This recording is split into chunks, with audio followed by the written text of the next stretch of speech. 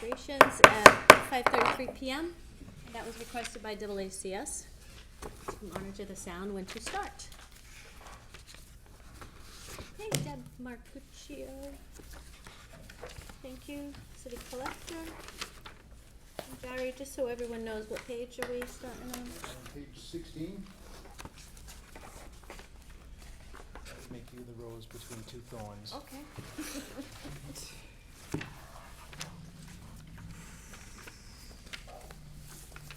Okay, so Deb, we already called you down, we talked about your whole budget already, okay? So we're only gonna be talking about, any reductions that you've had or changes since we talked about your whole budget already, okay? So let's see, we have salary down 24,447 and longevity 1,300. Did I miss any other changes, or? The changes that were made in the salary line, which entails the loss of a part-time employee in my office, which also affected the longevity line, as she has been with the city for 34 years. And she has been laid off due to constraints in the budget. 34 years.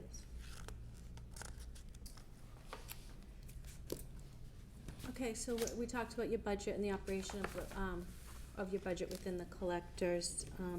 So are you just gonna have to shift some of her duties over?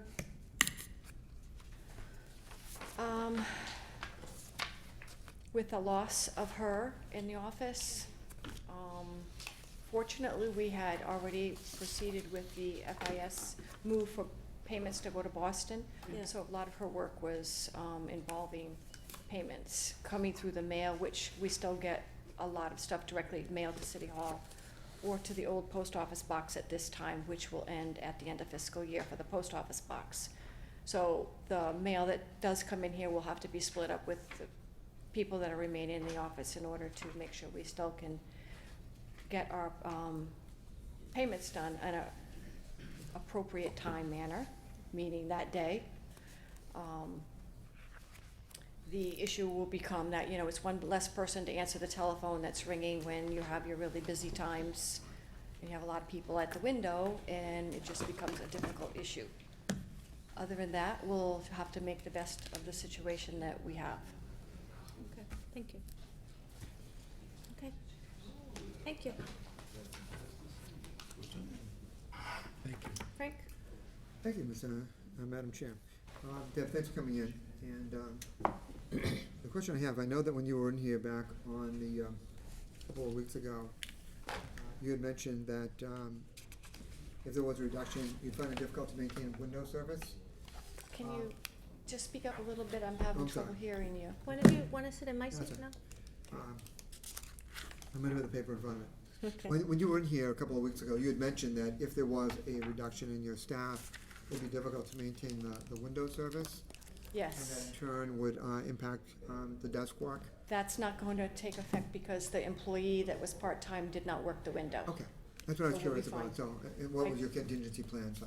Had forgotten that I had mentioned that at that time, we really didn't know who was gonna be laid Okay. off, so, or if there would be anyone, so, Okay. All right, very good. Thank you. okay?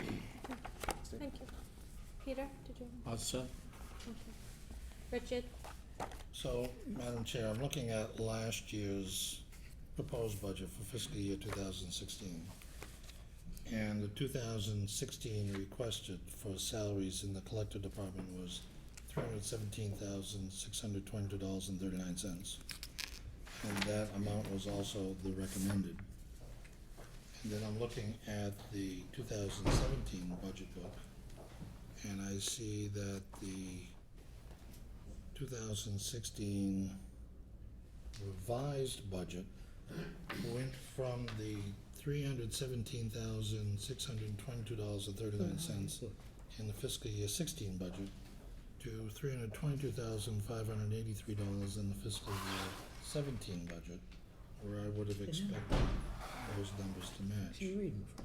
So, What if am I I could missing? just address that? Yeah, please. That's to cover the 53rd payroll. 53rd week, okay, yeah, so this is fiscal year 16 plus the 53rd week. Correct. And then the 17 requested is what we talked about a couple of weeks ago, and then what we've got now as a recommended is basically $6,500 less than last year's recommended before the 53rd week. Yes, that's the math. That's the math. Yes. So, Correct. is the 53rd week in this figure on the 2017 recommended? No, so the way we fund 53rd week is in a separate reserve fund. Yep. And that's why you saw the salary line change from 317.6 to 322. Towards the end of the year, we do another analysis of everyone's salaries For the council. and try to figure out, did you have people leaving? How much do you need for your 53rd payroll? Because things shift. Wait, because we wanna know who's actually gonna Correct. be paid And the then we do 53rd. one appropriation in all the salary lines. Yep. And so it's a budgeting issue. We hold that 53rd week in abeyance throughout this whole process. But put a line in there noting that it's gonna come. Correct, and it's in citywide. Okay, good. Thank you. Julie? So can I just piggyback on that? So on 2017, if we're gonna see the same thing, On what? we could possibly see the same. Oh, you are, because this, unfortunately, FY 17's 53rd week is a full week. And then next Oh. year, it'll just be So we just back need to normal. No, make a note. Yeah. Sure. Thank you, Deb. Okay? Thank you very much.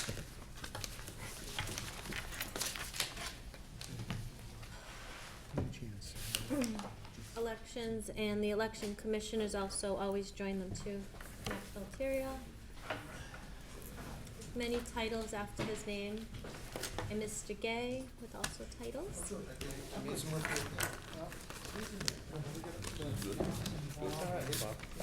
Absolutely.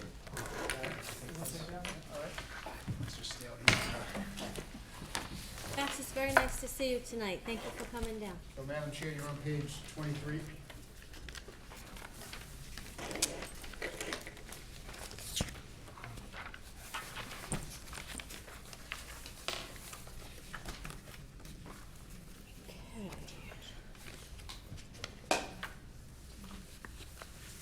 Marianne, thank you for coming down before too. It was very informative for the whole council to understand, and as Mr. Gay has said, it's very exciting, some of the changes that will be taking place, but you've also had some reductions on the budget, so if you wanna just explain exactly what the reductions are, changes? Well, salary line, Yeah. so I lost, my support staff, which is, pretty big when you're in an office of two. Correct, and then, to rectify that, have you had discussions on that about going forward through the year, how you're gonna handle that reduction? Yes, I'm gonna get support from the administration, and, we're gonna work as a team and make it work. Thank you. As I said before, last night, thank you for the dignity that you always show. Thank you. Now, I know there's other line items that are different, but you'll have to help me out with that, Barry. Sure, yeah. You'll notice that there are several other line items that were reduced from Mary Ann's requested budget. Most of these were done in consultation with Mary Ann, and I thank her for that. I think the entire team here at Attleboro City Hall understands the severity of the situation, and so we had several meetings with all the department heads about what can we do and what can we live with and without. So Mary Ann helped me prepare spreadsheets that would explain, or at least justify, where some reductions could take place. Now, these reductions will not result in any loss of service, but they are tight. And so we believe that the math is that we can continue to do we must do the services anyway. So these are very tight numbers, and but they're justifiable, they're sound, and they will, I think the total reduction with the reduction in force is about $54,000 from the requested to recommended. So as Mary Ann said, that we're all prepared here at City Hall to work as a team to help each other when need be. Some of us have busy times, others, so during those times, people pitch in here at City Hall, and they really pull together. Okay, and I see building rental, have for the building rental, that's gonna go down. Yes, that's because originally, my original budget included a, early voting at St. Teresa's, Yeah, and we just took it away to go to bare bones. We'll do it all here at City Hall, in other Mm. words. Early voting. okay, so, can you talk about how, the impact of that by taking? Well, we just thought maybe because Ward One was so far away, Yeah. we would do one day at St. Teresa's, Mhm. which would be for everybody, but at that site. And we really thought that was a place we could reduce the budget, because it also reduced the police offices, Okay, and then the rental, and we'll do it all here. okay. and So really, the city's consistent that way too. Okay, and you did go into depth for those that were here last meeting about the early voting, so thank you, we did already talk about that. And the pod rental, we talked about, for having to take items out of St. Teresa's, And which that went now down a will be little bit reduced. because I went to a small pod. Because you went to a small pod. Okay, professional services is down, almost half. Professional services. That's because of the new machines. Yes, Primarily. see, when we originally did the budget, we didn't have the okay from you guys for the new machines. Oh, okay. With the new machines, we're not paying for the, first 2 years of the maintenance, so that was a big saving. And that stayed the same, and then a small difference, we already talked about the domino effect of having the early voting Mhm. change, that would be the police detail would go down. Yep. And that's all that I see, unless I missed something. I think that might be it. That's Changes. about it, yeah. Obviously, the big issue is personnel, but we've been assured that help will be available when we need it, Okay, so great. that we get the job done. We Mr. have two Melton? elections, September and November, so we are gonna need some help as we close in on those dates, no question about it. And we fully expect November to be a doozy. The mayor is Let's a- face All it. the way around. More ways than one. More ways than one, but just turnout, volume. And really, just, we're focusing in on that because it's right here, but there's Yeah. probably gonna be times when I'll need help beyond that too, census, confirmation cards, so, Yeah. but we've talked about it. Okay, and you've also had the senior abatement program, people come in too? Use them all the time, And use, all the time. Now I use them all the time. okay. And if I can. It's a help in wonderful any- program. If I I can recommend help it in to any every way, I don't know if I department. have qualifications to help, but I'd be more than willing to help in any way. That was gonna be Thank my you. question. Are we allowed to help? the Yeah, community? actually, are we or not? Maybe not. Elected officials, are we allowed to help in the elections? I don't know. Okay. Don't sound good. Certainly not doing a municipal. Why not? Okay. Frank? do you have any I questions? just had, just to find I just had, one question. When, last week when you were here, we were, on the census, line item, between the projected and the requested. Mm-hmm. I know we had, the numbers were off, and I thought we said that we had transposed those. We did. So Yeah. I'm just curious, it's the 14,510 that's in the book, the right one? We're gonna have to make that. Or is it 15,410? Oh, It yeah, was there 15-14. No, it was 15. Yeah, Transposition. yeah, But- it was. But when it came in, Ms. Connie, last week when we were here, it came in on one line at 15,410 and the other at 14,510. So the Right. discussion was which was actually correct. 14,510. So 14,510. Yeah, so And that's, that's The lower- reflected in the book, so I just want to make sure we have that correct. And then that would be the Thank you. lower number, hoping to be Hoping that it works, conservative, yeah. as you've been Yeah. conservative, as we talked about. Yeah. Julie? Yes, I mean, first I wanna say, I know the gravity of the situation that you have going forward. You did a really excellent job of telling us about the uptick that's gonna happen in your office. And, this is sort of, it's difficult, Yes, it is. okay? And so I commend you and the whole group, for being able to work together, because that's what it's gonna take to do this, and that's what we do. So, if we can, in particular, if I can, and you can decide if legally we can help, please, send a memo down to the council when the time comes around for anything that you need. I'd be happy to help you, and, I don't know, there's other resources if you can use volunteers. I also have access to a pretty large, volunteer group. Thank you. So please use us. Yes, please. Thank Kate, did that finish your question? Yes. Were you, thank you. Heather? Thank you, Chairman Hagney. So I guess I just, a little bit of curiosity with, where we're pretty confident that we're gonna be slammed come, end of October and November. Is the overtime line, is that a good number? So on For the overtime? Yep, so on the overtime line, what we did is we took a, look back and looked at the historical data over 3 years. Mhm. Historically, it averaged $452.41. So to answer your question, yes, we think that's a solid number.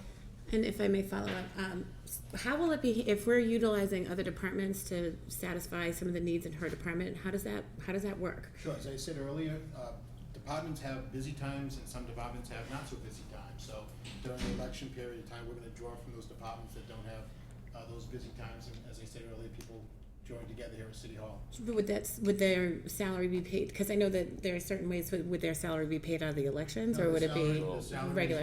during- I'm just Yep. asking for clarity Yeah, on that. Yeah, it's during normal business hours. Thank you. You're welcome. Okay, so Barry, just for clarification on that, you didn't get to finish speaking. Did you say that it would be during City Hall hours? Yes. So there would not be overtime?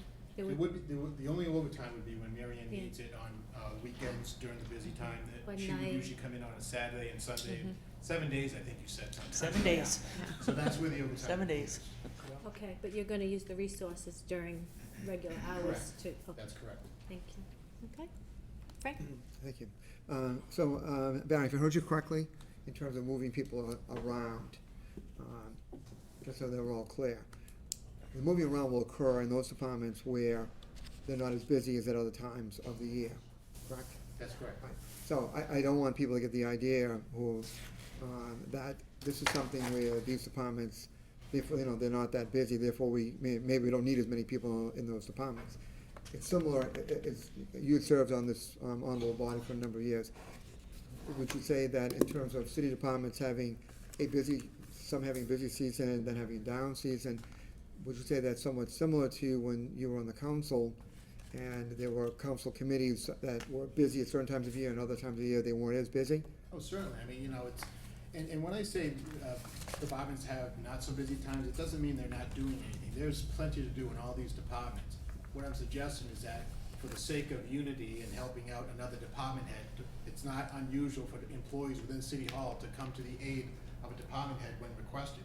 Makes sense, and it certainly gets the job done, which is really our goal. Okay, thank you. Thank you. Thank you all. Max, Mr. Gay. Thank you. Thank you again. And Mary Ann, thank you again. I'll still be by for some I might have to now donate candy. No, you don't. And thank you, Mr. Delicio. I know you got stuck at work, so. Sorry for You the do, time. yes. Thank you.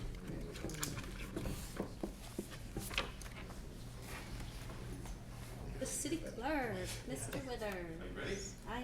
We are ready. Thank you. Hey, Steve. Thank you.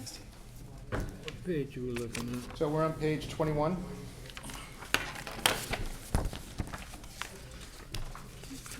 I ask a question?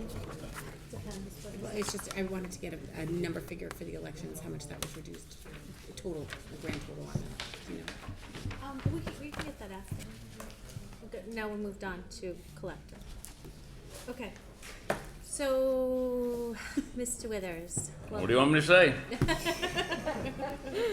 Well, I hope everything is, and I already said, I know, you were unable to, because of personal, circumstances, so thank you for coming this evening Thank to reschedule. And let's see, we have, let's see, looks like the salaries, we have a reduction, We do? okay? And can you expand upon that?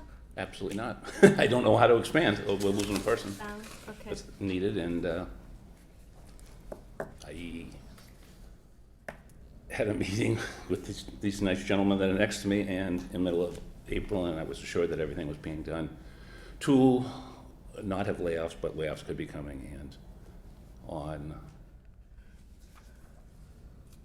this week, May 31st, Owen called me and said, "Oh, Steve, today's the day." I said, "Today's the day for what?" Because I haven't heard anything. I've heard nothing. he says today for layoff, so. I don't know what's been done, I don't really care, I'm very disappointed, and, when you lose 25% of your staff, I think it's pretty bad. And I think overall, of all the people that are either being reduced or laid off, I think there's only 3 full-time. One is library, one is elections, and one is clerk. And I don't know. I don't want to continue. But anyway, go ahead. I'm going to continue with my job, and I'm going to do the best I can. But I'm just very, very, very disappointed. Thank you, I can tell, knowing you, you're very upset with, as everybody is. Mhm. So we do, and this is procedurally too, that we do have to discuss the budget, to understand from your viewpoint as a department head. And as we all know, you are an elected official Mhm. also, so it's not an appointed position, so if you have anything to say or be vocal, I always say I open to discussion. So, and that's why I didn't know if, what position, what do they do in the office? Because I know I go up to your window all the time, either to pay my dog licensing fees or whatever I have to do. And you have a wonderful staff. Thank you. And unfortunately, citywide, we are looking at cuts, and as you said, would be 25% of your staff. And I just want to give you the opportunity, And even if you're elections- upset. Elections was 50% of their staff. Right. I mean, obviously, the library lost, well, full on apart, I think, but it is what it is. Okay. I'll live with it, and I'll deal with it, and life will go on, but I just think that, I don't know. And all we do is. Also, in the other expenses, I did, when I met with Barry, we did cut back the restoration fee. I think we had 5,000 originally planned, so we cut it to 2,500. I would be happy to cut the other 2,500 if I could give my clerk 3 more weeks, but anyway, but the rest of it is pretty much bare bones. If you want dog tags, there's $600 for dog tags. If you want dog cards, there's $400 for printing of cards, and there's really very, very little else in there, I don't think, is there? It's just- No, a lot of these Oh, budgets are it's bare very bones. bare bones. So then even with the dog tag, so then if the costs associated with that, because as I said, I know I have a dog, I go to the window, I pay my fees, or even if I'm late, I consider that a donation to the animal fund.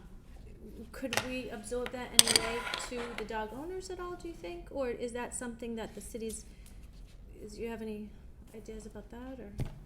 I don't know. I'd have to defer to someone that knows a lot more about that than I do. Okay, I can look into that too, just, I know it's only $600, but right now every penny counts. Yeah. Okay. Julie?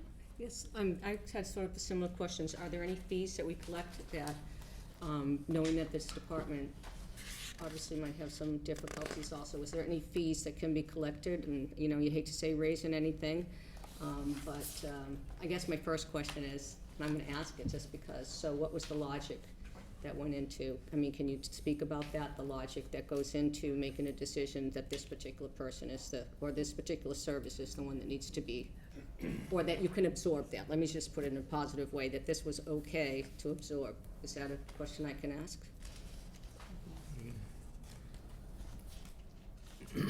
Sure.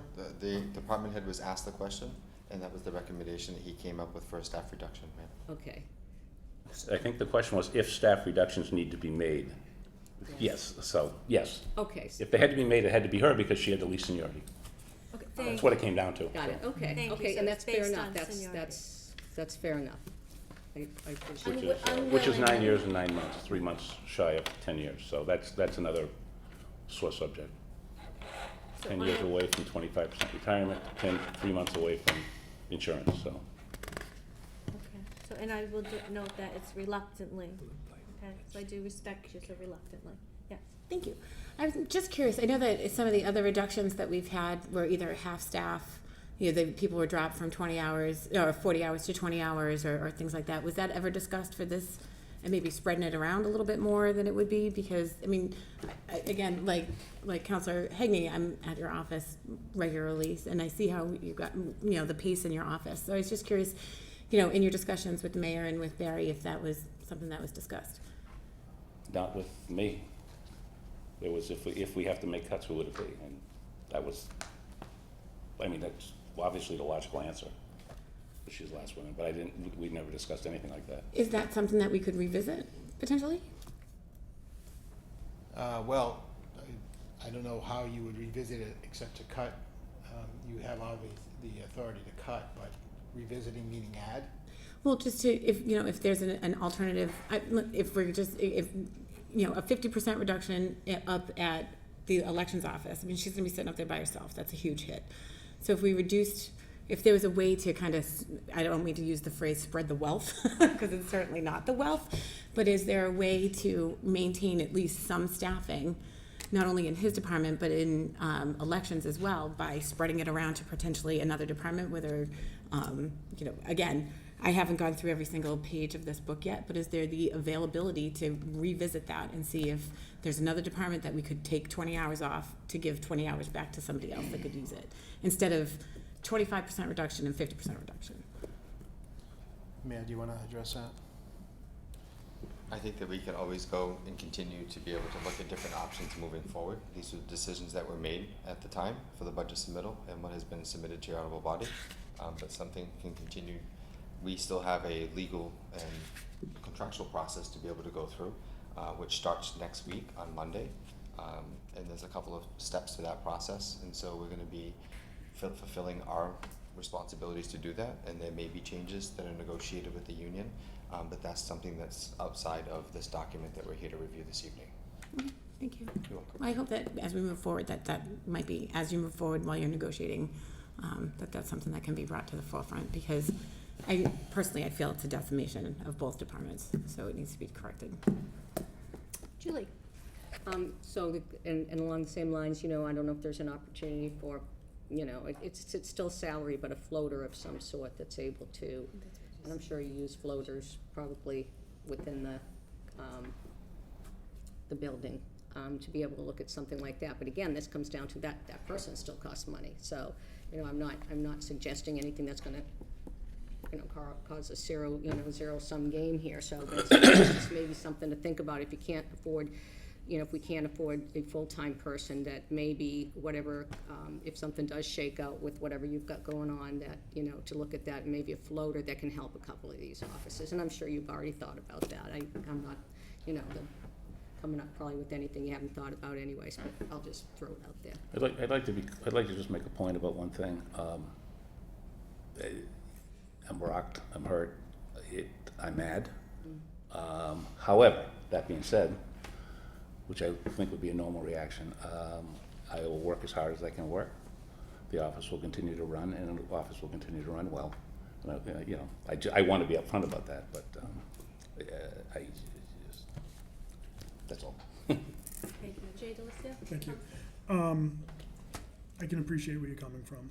So certainly not easy. Couple questions first. Steve, can you talk about what impact is this going to have on the city, on the residents of the city, being down 25% of On the what? On the residents, being down 25% of your work staff?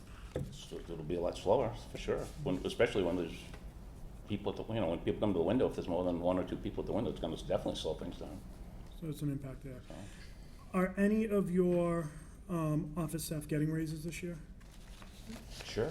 And has there been any discussion, just kind of trying to get a feel, would there be any thought to potentially freezing the raises for the year if that would save this person? Or help to add? And I understand it's contractual, I'm just trying to get a feel for what's. See, I don't know. One of the things that I've heard many times from many people that work in this building is they would love to see City Hall close at noon on Friday, like 75% of the other cities and towns around here. That would save a lot of money. Again, I understand there's contractual stuff in there. I did mention to the mayor when we talked, or mentioned to Barry as a possible option. Summer here, perfect opportunity. Nobody's going to gripe. But anyway, that I don't know, Jay. I mean, that's out of my purview right now. I don't know. All right, thank you. Conti? My question is to Steve regarding the preservation, and it was in the capital improvements plan. We talked at length about what the state mandate is for your office to have access to records ad infinitum, and your responsibility in maintaining that as a state mandate. And as you can see through the years, At one time in 2005, Betty Sharko convinced the council to give her a $20,000 lump sum to get a large amount of that done. If we forego this for a year by taking you from 5,000 to 2,500 or to zero, the mandate is going to manage that you can take it out now, but you're going to have to pay for it later. Yes, So, yes. Are we in danger of records crumbling apart if they're not restored this year? No, no, so, right, it just pushes everything back, right? right. So I have a second question, if I may. Yes, thank you for asking for the follow-up, thank you. The second question is to Barry. Barry, when any of these employees that are leaving the department are on the cusp of a threshold of a retirement step, do they have the option of buying that time through the retirement system to get to that step? That's an excellent question. I don't know that answer. I know that it certainly doesn't sound unreasonable, but I'm not sure. I think they would have to buy the time back from the retirement board. I think that's how that would work. So I think I'll make the inquiry to the retirement department and then get the answer from there. Thank you. Frank? Thank you. Steve, thanks for coming in. Relative to the preservation, we requested 5,000 and we cut it in half. Realistically, how much can you really do with $2,500? Not a lot, not a Is it lot. even worth putting the money in? Again, I had 5,000 this year, I didn't use it simply because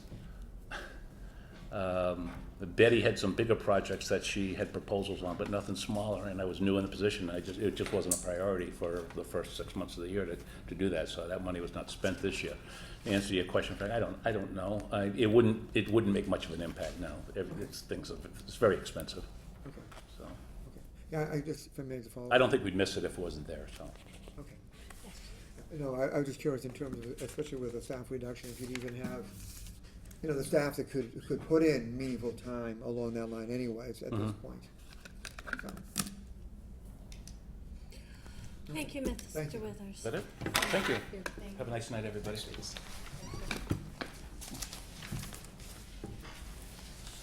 Go ahead and Ben. Mr. Nassawis, Thank you. Come on. City Assessor, How do you open this?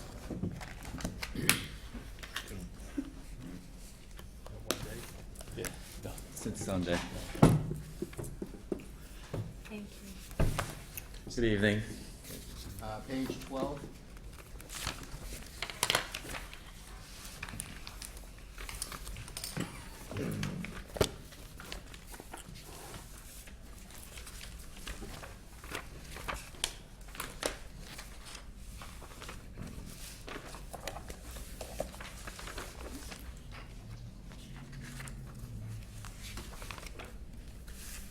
So salary is down slightly, is that, am I misreading, or is that requested 242,168 That's correct. and 240,900? Yeah, when we ask department heads to give us an initial draft of their salary sheets, which you'll Yeah. find in the back of the budget books, Yeah, oftentimes it's a complication between how many weeks someone is at a particular rate and how many weeks they're at another rate.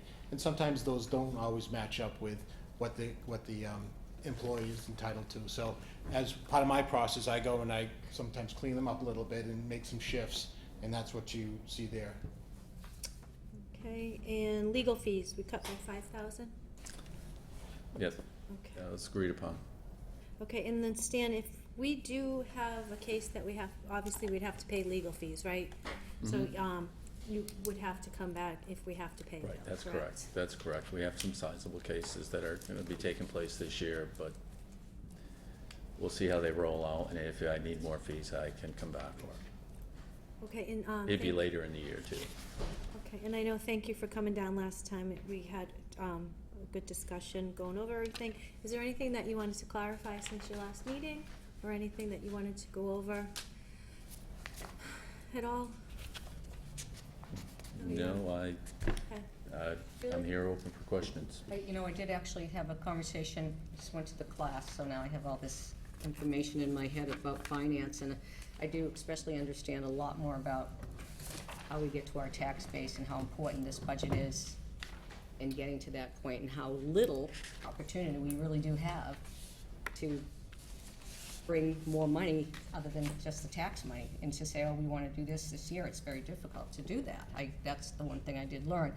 And also, based on that, there's certain things that, especially if you have legal fees out there, you have to have that money the best you can. Not only the best you can, you have to almost, I don't wanna say the overstate word, but you cannot understate that amount. That it's very, very, they do recommend that you do not do that. You either have to be on the money, or, and since you're probably not on the money, you've gotta say it a little bit higher, because those things have to be on the books to be able to be paid. It has to sit there, so I appreciate your, and that's the only one thing that could probably change after there's sort of a reconciliation of that. Is that correct? That is correct. So if you're an accrued expense, you have to report that You liability. gotta pay it, you gotta report it, yeah. Okay, Heather? Thank you. From 215 to 216, your revised budget from 216, you have a reduction of, in your department, simply with payroll and longevity of at least $35,000. That's correct. That's correct. And, how many admins do you have in your department? There's, three. There are three in the department and four, including myself. I can look at, I Yeah. my apologies. I have this sheet in front of me when I could be looking at the other sheet, so. And you had a retirement. I had retirement of two of the senior clerks and so forth. And you both know, probably over the years, there was Nancy, and they were at the maximum step, and there was Lori Henry. Mhm. And And so in your they current- retired in the September, August timeframe of last year. Did you have a follow-up? No, if I have it, I'll send them an email. Thanks. Okay. Julie? Sorry, I do have to follow up. So I also realize that in your office too, there is probably a go time. There's definitely a time during the year that you have to really maximize these and have those folks. There's a lot of work to do. And so I'm keeping in mind the sort of teamwork that went on with the elections office and so forth. Would there be an opportunity, not to, to put somebody into another department, but perhaps, since you are sort of a seasonal, if I might say, and correct me if I'm wrong, but your high point of work may be a seasonal point too, that there would be opportunity to help another department if indeed that they were in dire straits of something, or somebody needs to go on vacation or so forth. We would definitely be open to helping. I mean, we're seasonal. What just happens to be, this is a certification year for us, so our high volume year starts from July, and because of the certification runs through the November timeframe in order to get certified. And then if you want to say there's a downtime in the office where we could be of great help, it would be the January to the July timeframe, even though they're the board and myself and one member of the staff is doing a lot. But I will tell you that if the need arises during the period of elections and so forth, we'll be there to help. I mean, we will do whatever we can to help our fellow citizens. It's fair to say that we talked about that. Yeah, that's fair to say. We did talk about it. Perfect. Thank you. And we're gonna be, I'm not saying that we're not, we're gonna be there. I think that's great, and I think everybody is, and I think in terms of, there might be some ways to, the hard part is when you get down to bare bones like this and people have to go on vacations and things too, is those are things that are gonna have to be managed very, very carefully with assets from other departments. I'm just sort of thinking that that's probably gonna have to happen. I'm just making that as a statement. Thank you. Thank you. And you're also having to answer the window, correct? And I know I was there the other day and a builder was there, so. Oh, yeah, there's a Service, I should say. there's a visit, everything that goes out on a tax bill, whether it's excise tax or whether it's the actual tax bills, so utility bills and so forth, a lot of that comes to the assessor's office to confirm whether it's right, new ownership. I mean, what you also have to realize is that a lot of bills go out and there's a lot of sales that take place. They immediately come over after that sale takes place to make sure that they change it on the property record card. So there's a lot of transactions going on. Abatements. And then it's very active, as you know, in the building department. So every building permit, everything has to be entered into the card, and so it's very active. Okay, thank you. And you were previously here, so we had an in-depth conversation, so we're just kind of clarifying tonight. Yep. Mr. Felicia? was good to see you, Stan. I was wondering if you could, just talk about the line item for software, that's $7,500 and $300 for subscriptions. Okay, let's see, which was the first one you mentioned? Software at 7,500. Under supplies? Yeah, I'm going to it. Okay, software at 7,500, that is what it's relying there. That software has to do with our vision, and we have a license for 10 users. That's a software license for the 10 users in the locations that software is in right now. 5 of those licenses reside in the assessor's office, 1 resides in the treasurer's office, 1 relies in the collector's office, and 1 relies in building department. Okay? That's where that money is, and that's one of those things that I anticipate the vision, they constantly put in an increase. Okay. So I don't know what we have it in right now is at 7,500. Okay, perfect, thank you. And then just the 300 for the subscription. The 300 subscription is for 2 subscriptions. One's for a periodical that we have for assessing in the office, and the other is for a newspaper subscription. Thank you. And just so you know, there was been questions about the newspaper, but bear in mind, we use the newspaper for deeds, for recording of even, you might even say death certificates. I hate to say that, but we go to the obituaries, we go to the deeds, we go for foreclosures, we go to anything that has to do with Mass General Law if there's changes. Sure. So it's constantly read and updated as to what's going on relative to government functions and real estate transactions. And also, believe it or not, even though we don't have a subscription to an MLS, but we do look in there to see what listings may be for what you might believe are rental of what rents are going for. So it's used for a variety of things, and it's one of the things that we also have to report to during certification. How do we do verification? So we use the subscription for verification methods as well. Very good, thank you. Just writing everything down. Thank you, Mr. Assessor. Thank you for coming down. Oh, did you have a question? No, quick one, sorry. The staff development, my apologies because I wasn't here the day That's all right. that you were here, so, just the staff development, your revised for 2015 was $1,500, now it's $2,500. Could you just give me a little bit of an understanding of that? The staff development has to do, we have to, certification, and what the board is required to do, or actually I should say, what the members of the Mass Association of Assessors are required to do is take a number of courses, take 45 credits in a 3-year period of time, and that's what that is for updates and developments. Most recently, myself and a member of my staff, we attended a USPAP course. Those are things that you have to do to keep your certification up. May I follow up? Yes. Is that enough? Excuse me? Is $2,500 enough for that? I believe it will be enough. Yes, I believe it will be enough. I would, most of the stuff by the end of the year we'll know whether or not, but I'm not gonna ask for more, all right? It's one of those things that we gotta do it. Thank you. And you had said last time that you were here, you have no travel. You don't ask for any travel time for any. Well, I mean, there is travel. There is. He said he's not diligent about putting. I'm Yeah, not he's not diligent. diligent. I said, if I was diligent, it would exceed what I have on that number. So thank goodness.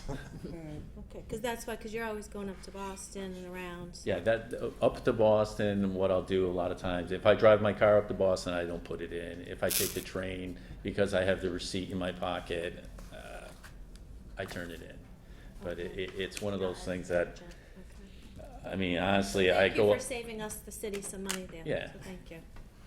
Thank you. You're welcome. Okay. Thank you, Stan. Okay, thank you. Have a great evening. You too. As best as it could be. Thank you. Would you like to take them in order as they appear on your schedule? What do you have for first? What Mayor. would you like? We have mayor Yep. first, okay, that's on page 3.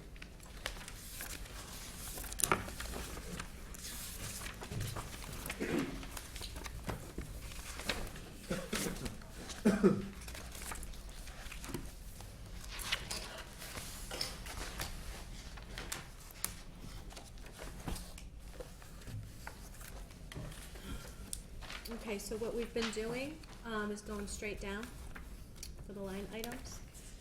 And, for any, requested or recommended any of the cuts, and explain the impacts of those cuts. Sure. I'd like to start off on the salary account first.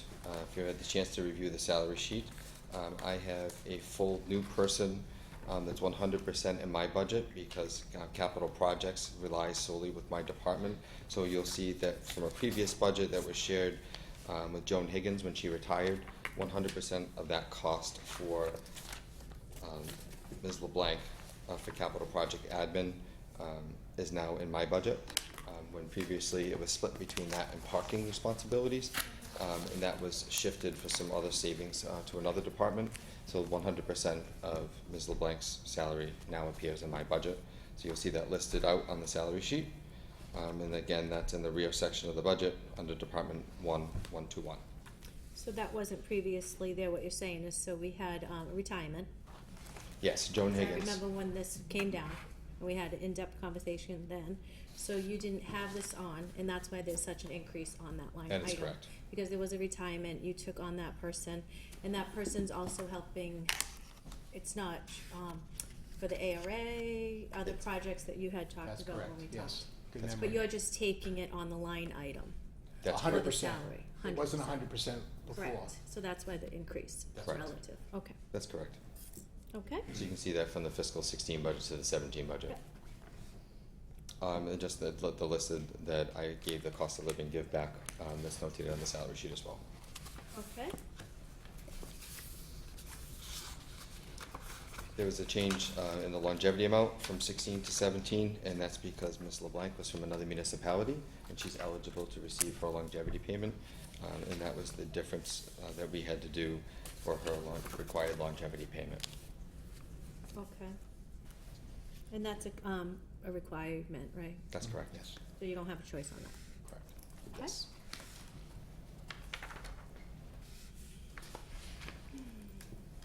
Professional services? Professional service account, and that's listed in my budget, is for a lot of different things. We have several $100s left at the moment, but specifically, we use that account for specific issues that may come up for Attorney Mangiarotti. There's also issues that come up, I'm trying to find specifically my account. There's time to time we may need language line service that we may need for language translation. We may need that expense. There are different legal things that come up for the city solicitor.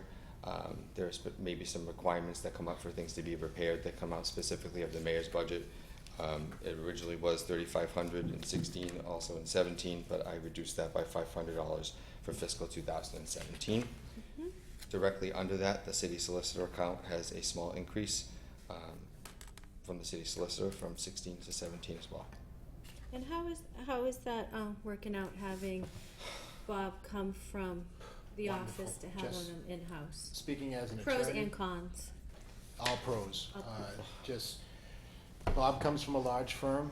I come from a very small firm, so when we have legal issues, it's wonderful to be able to bounce ideas off each other. But most importantly, he's in-house, and so you can literally walk into his office and show him something that has to be reviewed very quickly, and the job is done. And that's a huge savings. Okay, and have we seen a difference having him come from the externally to the internally with the legal fees? Because I know over the years, we've had different legal fees that require. Well, the big plus is that it's a known figure. So before, when he was an outside counsel, it was lawyers bill on an hourly basis. So you don't really know how much the legal fees are going to be because they're billing by the hour. Okay. Here, you can go talk to him, and where he would normally be billing by the hour, it's included in his salary. So that salary, and then under that whole umbrella, any of the That's legal correct. fees, so we're not, Okay, 'cause that was a contentious issue over the years for certainly. It fluctuated very much. I mean, Right. you know, there's always different cases and litigation and so forth, so we never really knew exactly what next year's projection was gonna be. Here we do. And I think that for the other thing as well is that there are certain things that Attorney Mangiarotti does not handle, and that's covered, and we can go over that in the professional service section that's listed in the citywide portion of the budget. Okay. Specifically for things that impact the collector's office, Mhm. and for some other specific things that he works on, that he needs special legal counsel on.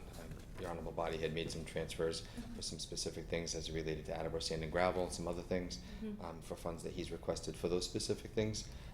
That's listed under citywide professional services. You'll also find that specific labor issues that Bob isn't able to handle, that's also in the citywide professional service section. But other than that, Hold Bob. off on that until we get to that Sure. section. Sure. Okay. Okay. And other than that, Office there's very limited supplies. amounts in the rest of the budget.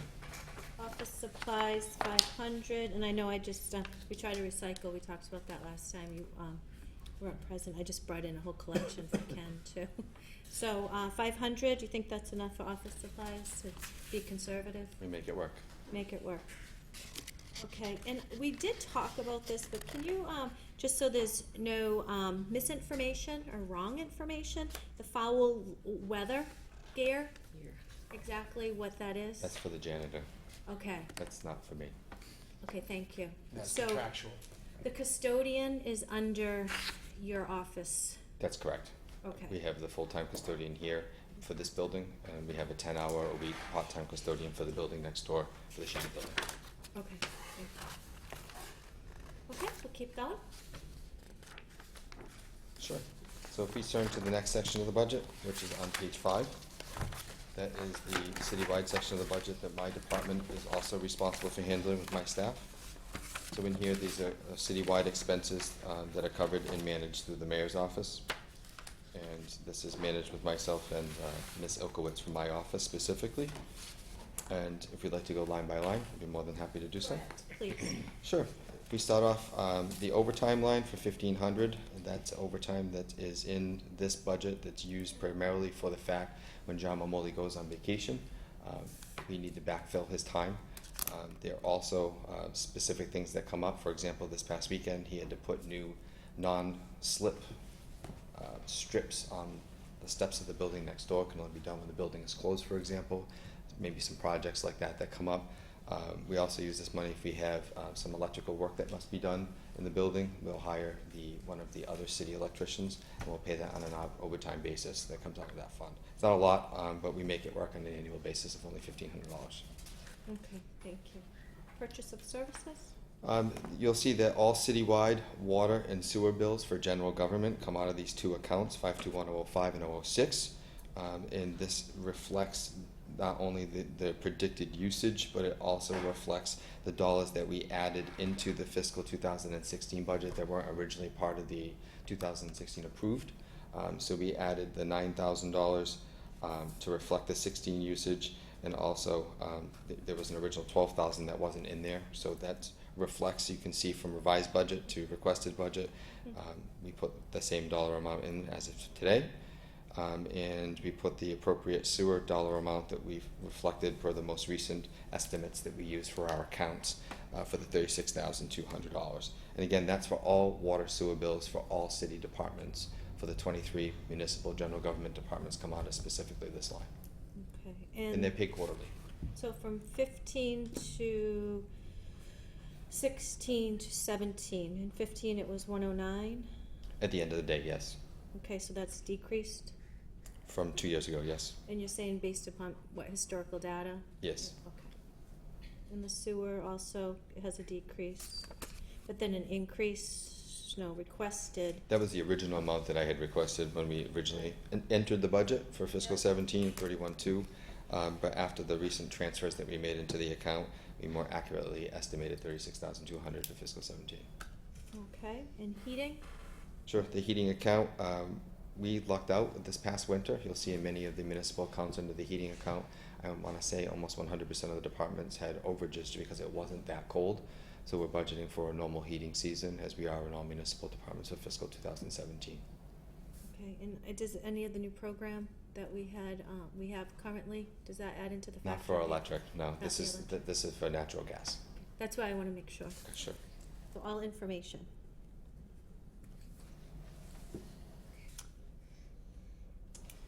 The next account, this is the general lights and power account. Yeah. So these are all of the citywide electric bills that pretty much predominantly are for this building, this complex, I should say, at Government Center, which is for City Hall at 77 Park Street, the Shang Building at 75 Park Street, as well as 12 Union Street for the police department. And the police department runs off of electric heat. So that also includes a large dollar amount for our electric bill that you can see there. It is overall we had an increase for $25,000 that we added into this account, and I'm going to explain that because there's a corresponding deduction.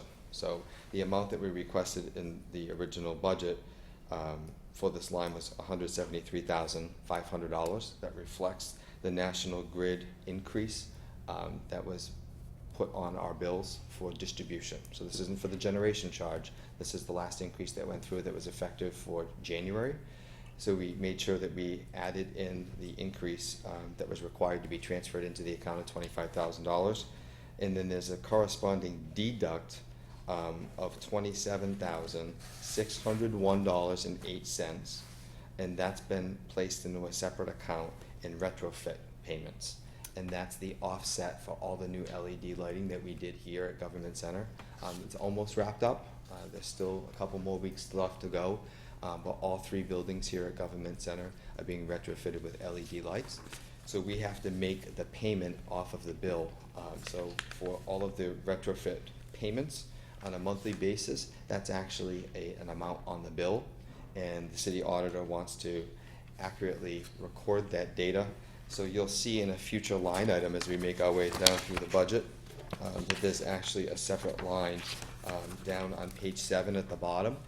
It's 587385, and it specifically says the retrofit lighting project. Okay. And that's where that dollar is located. So if we didn't do the lighting retrofit project, the amount that you would see appeared in the requested and recommended line would be $173,500, but there is an offset of $27,601.08, and that's the actual payment that we make for the lighting retrofit project. At the end of the payments, we're expected over 60 months. At the end, we will be saving $40,000 a year in these 3 buildings for electric cost, and that's why we did the project. Because I know my friend runs the town Easton over there, and he was wondering, when you guys gonna finish, because the savings. So when did that project start? That started a couple of months ago, and so they're going to be wrapping that up. Most of it's done, as I said. There's a little bit more to go with some of the smaller lights, but they're going to be starting, for example, the tower project here. They have to put the scaffolding up. They'll be working on that starting next week. They also did the parking garage downtown. Okay. So you'll notice the So that's LED lights there. municipal parking. Which is a huge electric bill for you. Yes. And they also did the Richardson School Building. So those 5 locations were the first 5, and then we're going to be working on our next set of buildings. And those are? We don't know yet. You don't know yet? We're going to try to go after the biggest savings possible. But the library was certainly one of them. Joan Pilkington Smith had expressed interest greatly for that. And I know that one off the top of my head because she said, that would be a great project for us. Madeline's done an LED retro project in the past, so most of her stuff is already LED. So we'll be looking at some of the other departments to take advantage of this opportunity. Okay, and will our fire departments fall into that too? Yes. Okay, because those are obviously 24/7 buildings, Right. right? Okay. Yep. Another large account that we have that you'll see, and it's similar, it's the same amount to the revised budget of fiscal 16, which is above the original. Your honorable body had put transfers into electric accounts. This was one of them as well. And this, again, it was the distribution, that electricity that had gone up. So we had put in the same amount. We're on budget and on target, so we put the same amount for citywide streetlights. These are for all citywide streetlights across over 200 roadway miles on accepted city streets, spotlights and the such. Everything that's a streetlight comes out of this account. The only bill that comes out of here that's separate, we have one street that is shared with North Attleboro, and it has a couple of North Attleboro electric lights on it. It's only about $135 a year that comes out of that. Maintenance of grounds, these are the maintenance of grounds that are here and in the downtown. It's a limited dollar amount.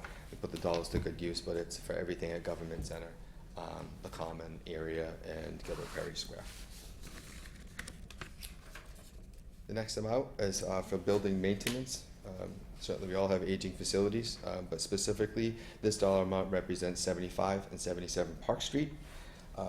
We have our maintenance agreements that come out of this line, specifically for the elevator company. We have a lift next door at 75 Park Street. We have the elevator here in this building. That covers the inspection and maintenance cost.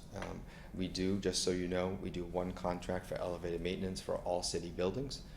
That purchase order is processed through Kathy in my office, and she has permission from the department heads to get the access to their accounts. So while we do the central negotiation for the elevator maintenance agreement contract, specifically our portion here is for City Hall and the Shang building next door, but the police department, the library, the council on aging, anyone else that has an elevator that I can't think off the top of my head, I think that's it, are all processed through my office. But specifically, you'll find the cost in here for that. There's also the dollar amount in here. We average approximately about $2,000 a year for maintenance, the labor cost to fix items on them. As we're a municipal building and operational, we have to have those fixed immediately and get them back into use as soon as possible. So as soon as we have an issue, we call that elevator company for the maintenance. In the maintenance agreement, it provides the opportunity for elevator and lift repair as well at the fixed hourly cost rate for labor. Okay, and then it looks like a 25% from 15 to 16 increase and then 50% decrease? There's a whole bunch of different reasons. Different types of repairs that come in are put into this line item. So we had specifically in fiscal 2016, we did additional HVAC repair. There were issues in the assessor, couldn't think of his name. The assessor's office had a heating issue. We ended up installing some supplemental heating units just because of the way that the window is and the drafts that come through the building. Predominantly, his office has the largest issue with being very cold.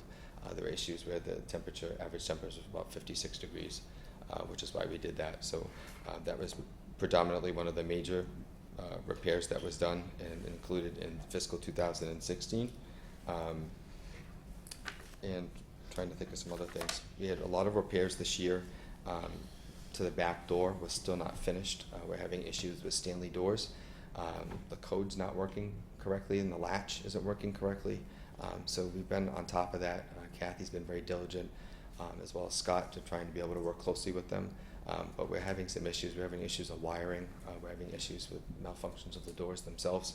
It's been certainly a challenge for us. We have to this be fiscal year. handicap accessible, correct?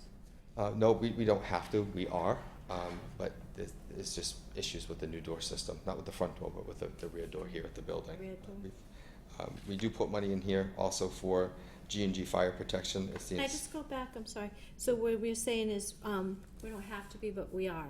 Correct. But we're making it accessible Yes, to every resident in the city. both the front entrance And and that the is back part of the entrance. cost associated with that is fitting the doors to be handicap accessible. Is that what you're talking about with the wiring? No, or we're just what are you talking about the new doors that were installed 2 years ago and the back door. The rear door here that leads to the back parking lot. We're having mechanical difficulties with those doors. It's costing a significant amount of money. The number of service calls that they keep on coming back for now in year 2. And we're still troubleshooting and trying to work with them on that. They were here at 8 o'clock this morning, once Right. again. I just want to make sure everybody knows. Sure. Because as I It wasn't said for the before, replacement cost. during any of these meetings, I may already know the answer, but I want everybody out there to know the answers Sure. also. Okay? Thank you. We also, in this dollar amount, we also, every year, we have issues with locks and keys that have to be made. We hold that. G&G Fire Protection is the company that we use for the inspection of the fire sprinkler systems. My office, again, to coordinate services and for efficiency of cost, all citywide inspection of fire sprinklers are coordinated through my office. And we actually go through and work with the departments to be able to organize when they're going to be coming to do the inspections.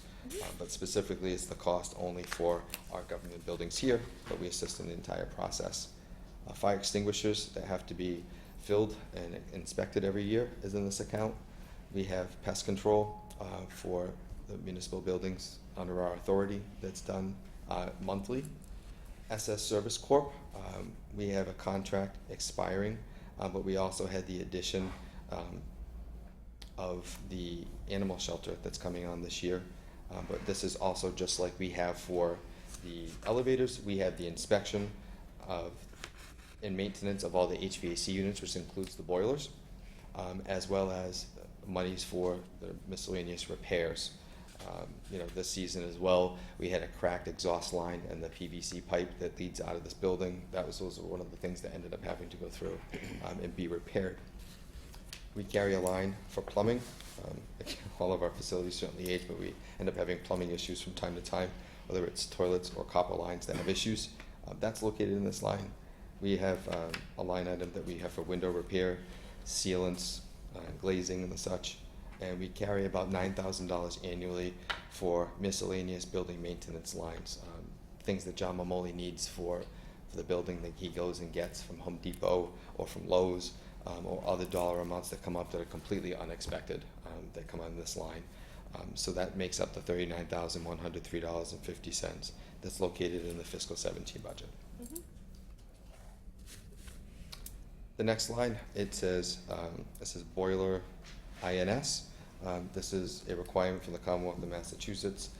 For our municipal buildings, we have boiler pressure certificates, and our office receives them all. So every time the state comes down, they're required to actually inspect all of our boilers and HVAC units, and it costs approximately $1,000 a year for those bills that come in from the Commonwealth that we have to pay them.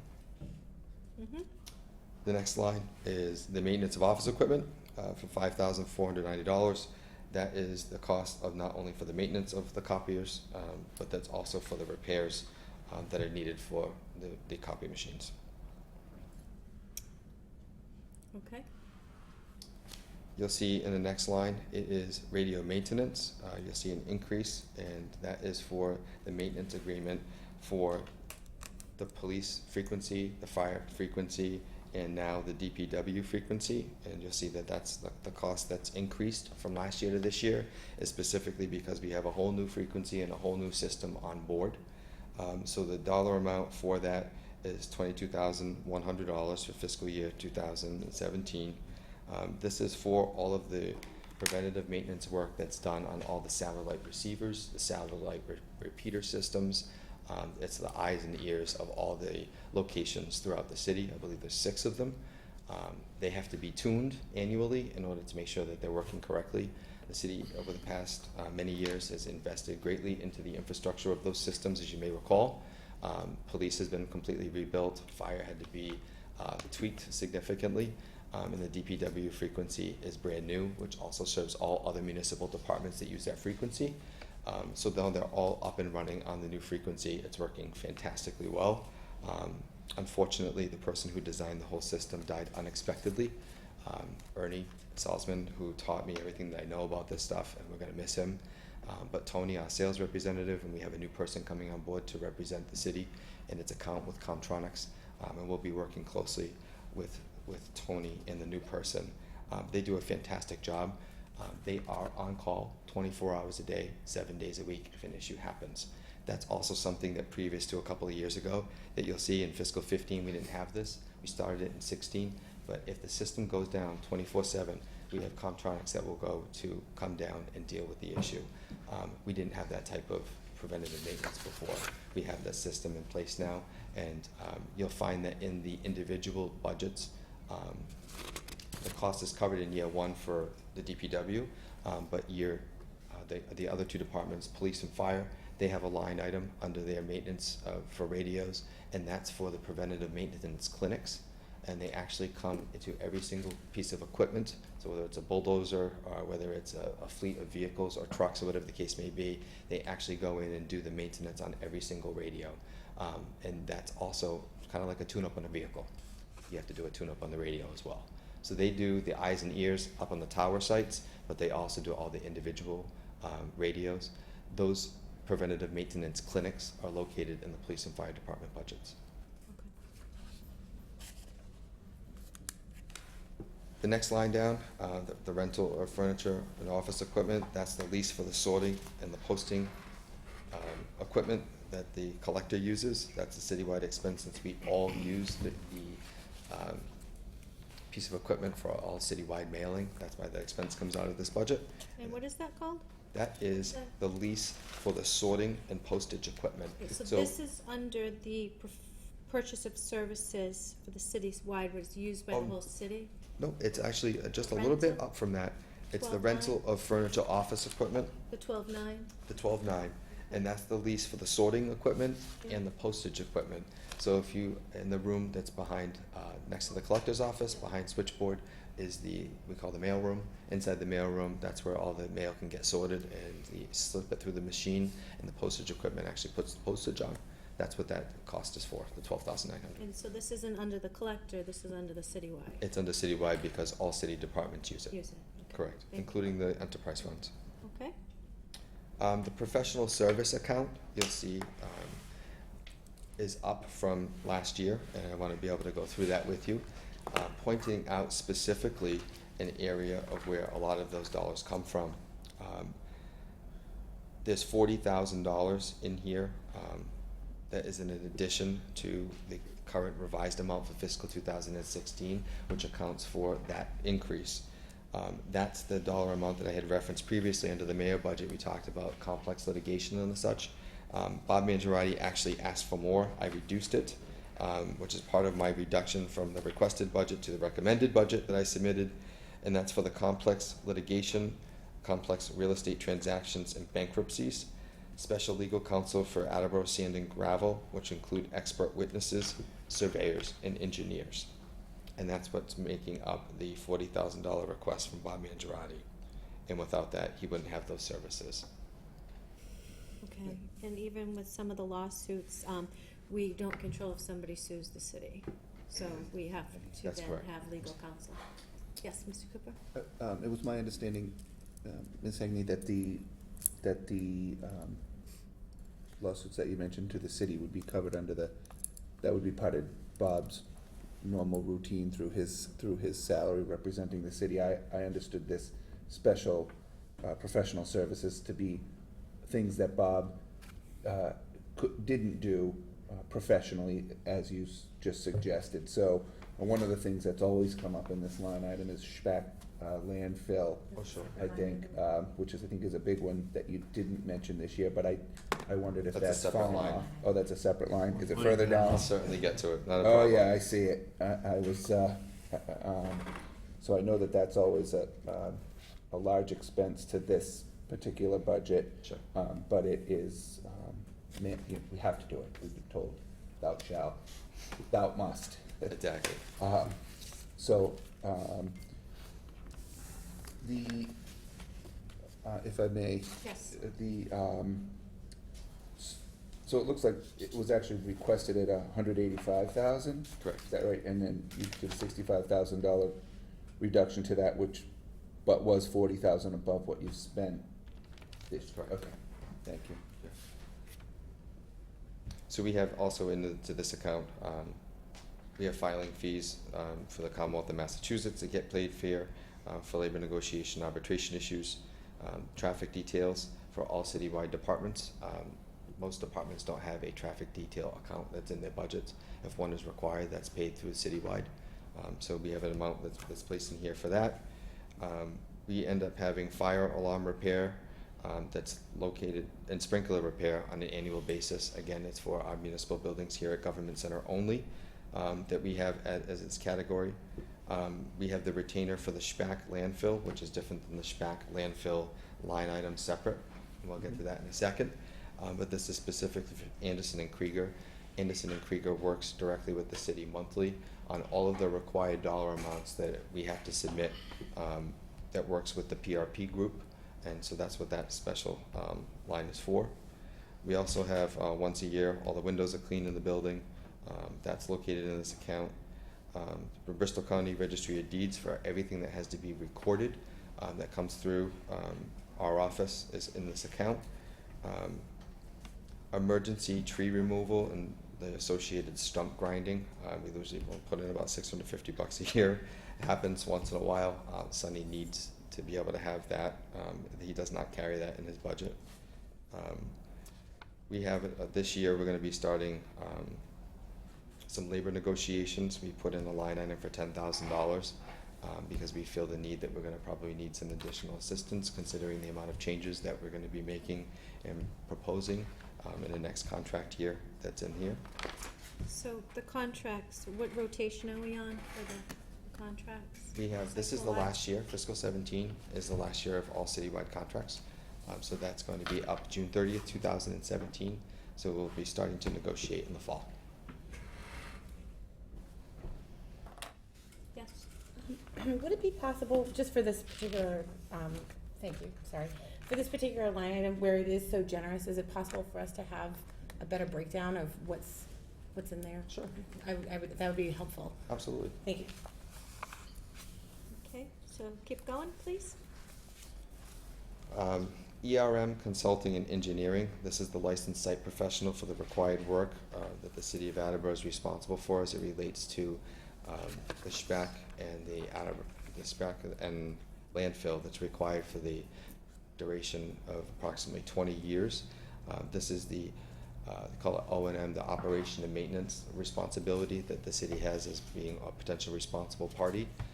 As part of the settlement that was done, the city, since it's the only person that will be in perpetuity, we have that responsibility, and that is the estimate that's been put into ERM Consulting and Engineering, and that was the most recent quote that just came last week that we updated that dollar amount. The next one is the sealers of weights and measures. Our office is responsible for the inspection of all the weights and measures of all citywide businesses.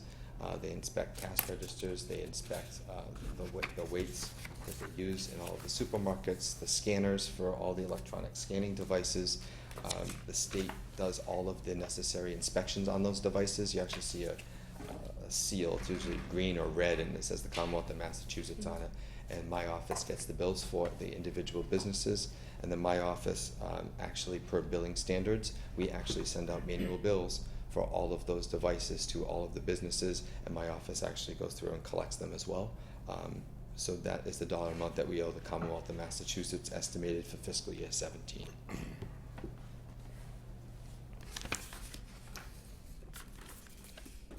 Printing and reproduction, that is for all stationery for all citywide departments, all forms that are needed, and business cards. So that's that dollar amount that we have for 6,800. Citywide staff development, all of that, those costs are borne through our office. So all professional development courses citywide, Mass Municipal Association, boards and commissions. We sent out the planning board and I believe it was the zoning board to opportunities this year. We reduced that dollar amount from what was requested, but that is what that line item is for. We also have the citywide telephone, cell phones and pagers. They're right next to each other. You'll see that that line for telephone, $82,876. That is for the citywide telephone system. As you know, we've made upgrades to the telephone hardware system itself here in this building, but this is the maintenance. This is the actual maintenance and usage for the telephone system. So this covers our telephone bills through Earthlink, which is our contract provider, and also all of the required maintenance agreements with Carousel. And that we've estimated our usage and for the maintenance agreements to be $82,876.84 for fiscal year 2017.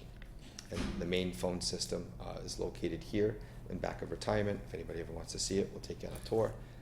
But that is for the entire citywide telephone system. That went down 10,000 and then up to almost 3? Yes, and the reason why there was that jump from 15 to 16 was the additional capital improvements that we made to the system itself back in 15. Normal usage is approximately 80, and based upon the most recent amounts we have for our contract agreements, plus the actual telephone usage, it's estimated to be 82,000. Okay, thank you. Citywide cell accounts, that is for the dollar amount that's required for all accounts. The only difference on that is other specific accounts that are in here, water, wastewater, health, rubbish, and zoo. All those are paid separately, and those are credited off the bill on a monthly basis. The next account that we have, that you'll see in here is advertising. It costs, believe it or not, almost $19,700 a year, just in all of the required legal advertising and postings that we're required to do. That amount's pretty much been constant across the board. And also specifically, we allocate $350 for personnel employment postings. And what do you mean by legal postings? All of the required legal ads, so for example, Ken is working on the legal ad for the budget. Yeah. All those types of legal advertisements, the things that go in for liquor licensing boards, all of the public hearing notices that get submitted to the Sun Chronicle, all of those things are submitted in, and that's the cost. It's not cheap, certainly, but that's the dollar amount estimated cost annually.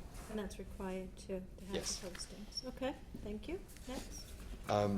I mentioned about the mail sorting equipment and the machine that puts the postage on. This is the actual cost of the postage.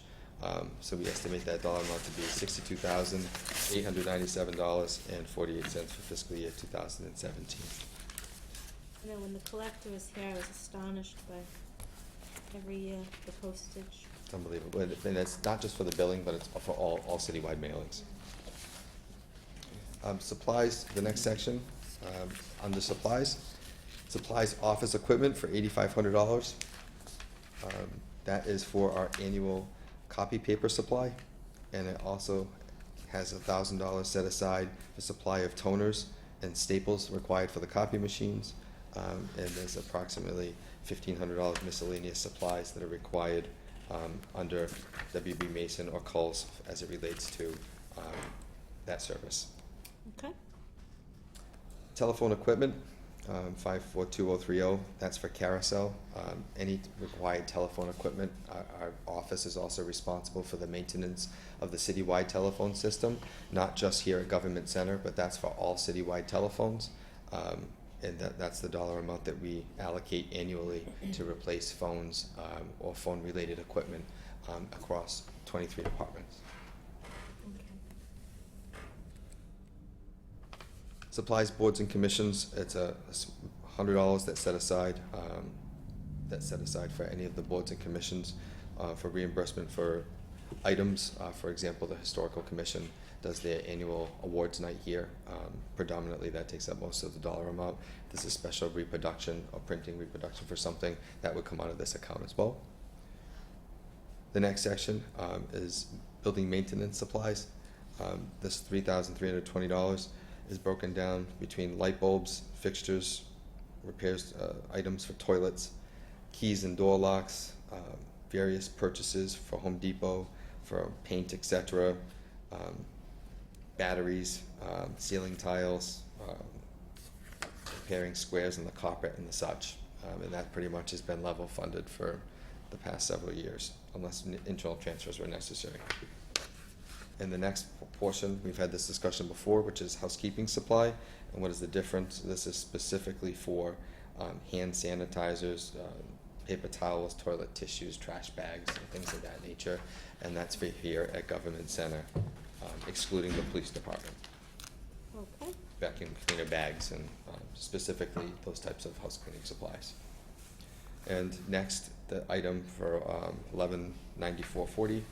That is subscriptions, and those are our annual subscriptions for Sun Chronicle, the Globe, and the General Laws of Massachusetts. And if we skip over to the next page.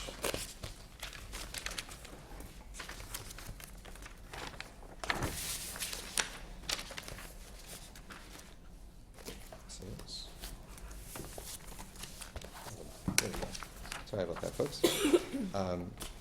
This is citywide in-state travel, so for anyone that is traveling, whether it's for subway, train, parking, mileage, this is for citywide in-state travel reimbursement. That's been reduced from revised budget to recommended budget by $500 to $500. Out-of-state travel has been reduced from $1,700 to $1,000. Memberships and dues for 3606 is for required music. Anytime we play music, believe it or not, there is a required broadcast music membership dues that we're responsible for paying. ridiculous, but it's $350. Can you explain that more in And depth? if a DJ plays at a piece of city property, there needs to be a license for that to be done, that we can actually play music. The music is copyrighted by someone else, and we have to be able to Oh, have copyright, okay. we have to have a license that approves us to be able to do that, and that's for broadcast music. Okay, and The Greater Boston Police membership dues for $256. We belong to that, it's a cooperative bid. By belonging to that, the city is enabled to be able to use that bid to purchase equipment or vehicles. And so that's why that's under citywide for that purpose. And the dues associated with Conference of Mayors is $3,000 for the total of $3,606. okay. The next dollar amount is associated with the compliance fee. This is an annual compliance fee that we're charged by the Department of Environmental Protection for those properties located under city control that have limited site use limitations on them, that are not fully closed out. So we receive an annual invoice for that contamination that exists on that property until a full closeout, it comes to a full resolution. So, for example, there's the issue of the old DPW yard on Wall Street, even though it's under construction. That's one of the sites that remains open, in addition to the property that's owned and tax titled by the city over on Falmouth Street. Those are two that just come off to the top of my head, but that's an annual compliance fee. The next due is Mass Municipal Association. It's the annual due and membership fee. And it does have a 2.5% increase above fiscal 2016.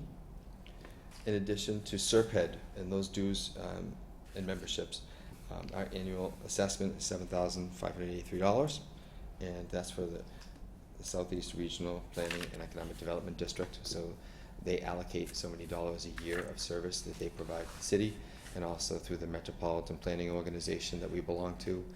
And that provides all the planning for the citywide transportation projects that we do and get paid for by the state and federal government. That's our annual fee that we have to pay to them. It funds them, actually.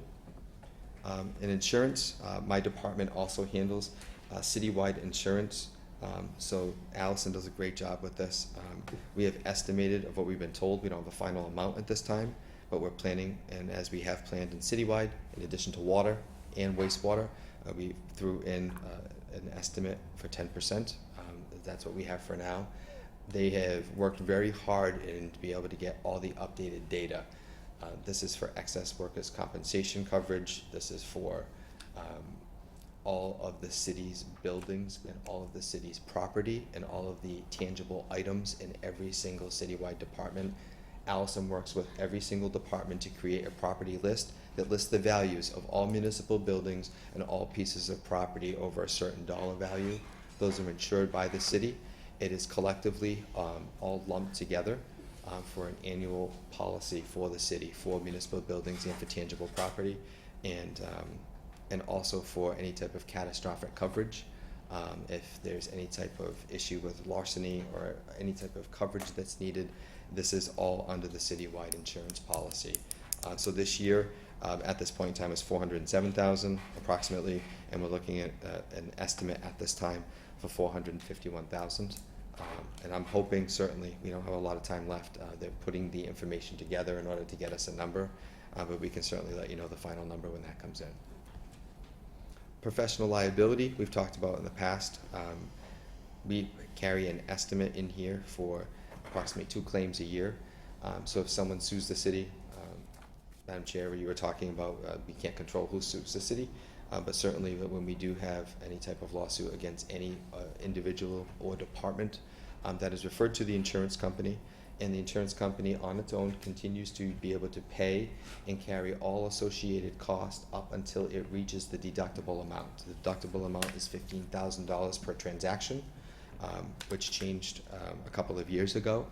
The reason for the 40 to the 30 is that we anticipate just 2 new claims at the $15,000 amount, why I reduced it down to 30.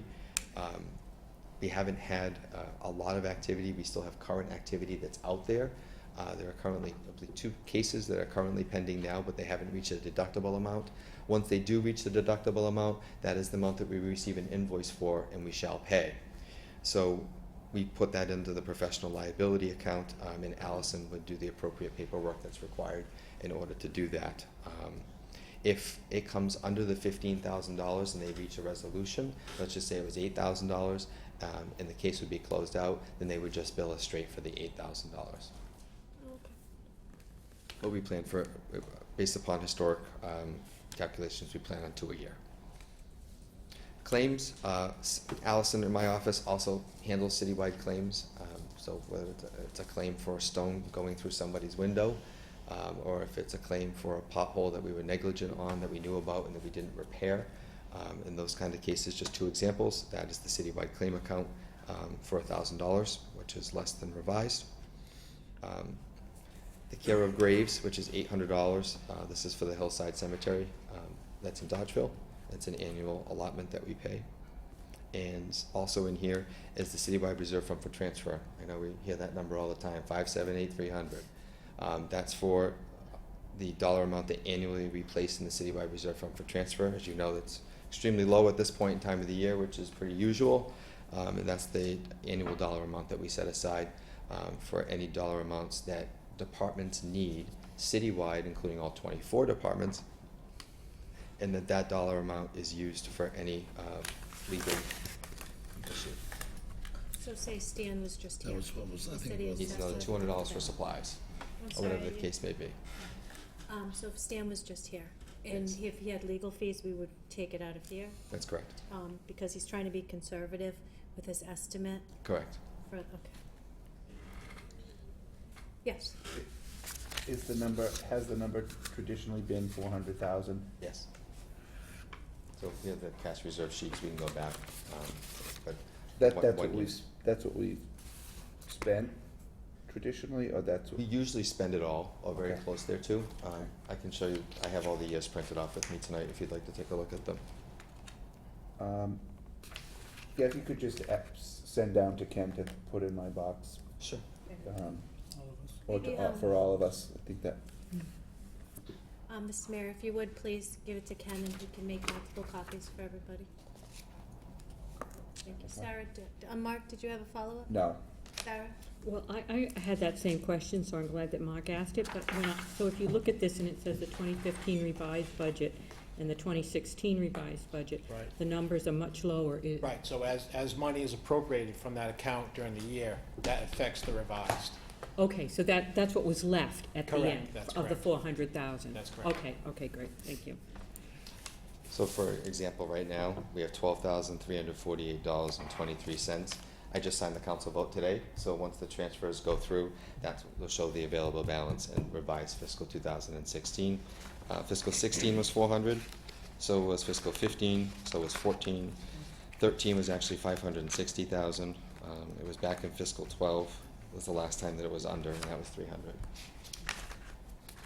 President Cook has a question. Thank you. No, I just wanted to, on that unreserved fund for transfer, one of the things that which I instituted back when I was in that chair, there was always, the days gone by, a question about, well, how much money is in that account at a certain time? So I think it actually began when the mayor took office. That figure, whenever we're moving, or transferring money out of that fund, if you remember from the mayor's, from the mayor's communications on the regular meetings, whenever we're moving money out of that fund, that is accounted for. And that was done so that councils could see, if you go back all the last several years and you pull any of the mayor's communications at the beginning of the fiscal year, you will see the high amount.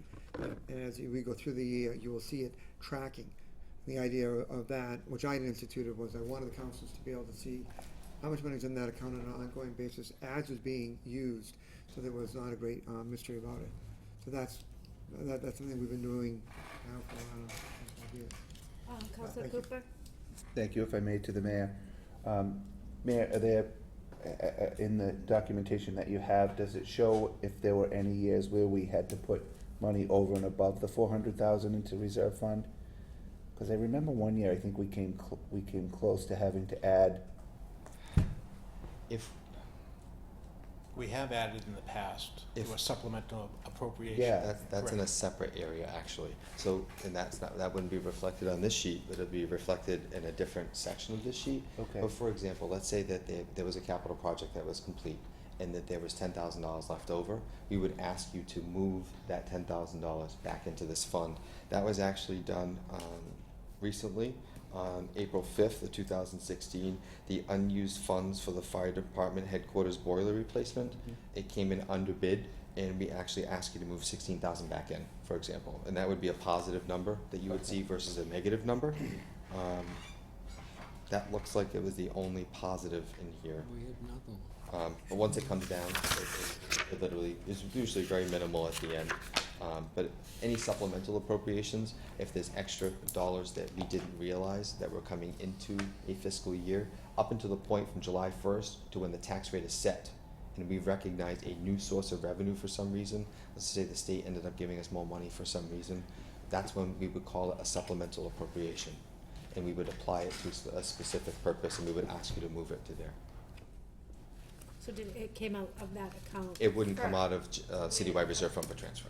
Okay, so then where did it come out of? So for example, let's just say that the governor decided to be, sorry, Benevolent. and give us another $500,000 in local aid, and it happens tomorrow. Yeah. Actually, bad idea, July 1st. Okay. That would be a supplemental appropriation of $500,000 of new revenue, and we would that's available in a separate line for a supplemental appropriation to put it somewhere. And we could appropriate that for whatever purpose.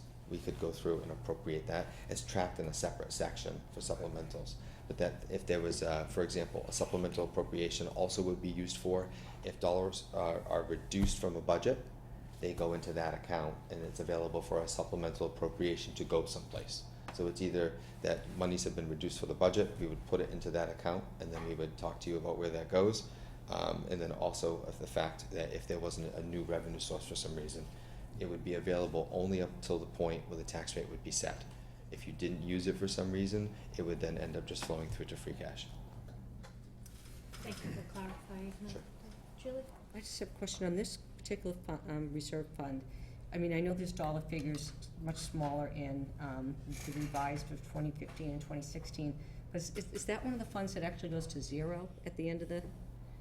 If it's spent, it's all spent. Okay. The numbers you see in the revised are the remaining funds. Okay.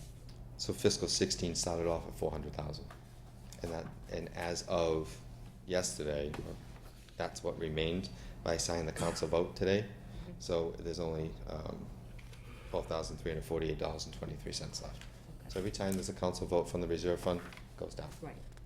And it goes somewhere else within this budget. Gotcha. But at the end of the, there's a couple of funds I know that has to zero out. In other words, they can't roll over. This is not a rollover fund, or is it? Anything left in general government budget will just sweep out to free cash. Gotcha. Okay, yep. Every account here. I have lots Thank of you. questions, and I've held them to the end so that I can ask them all in a row. Is that okay?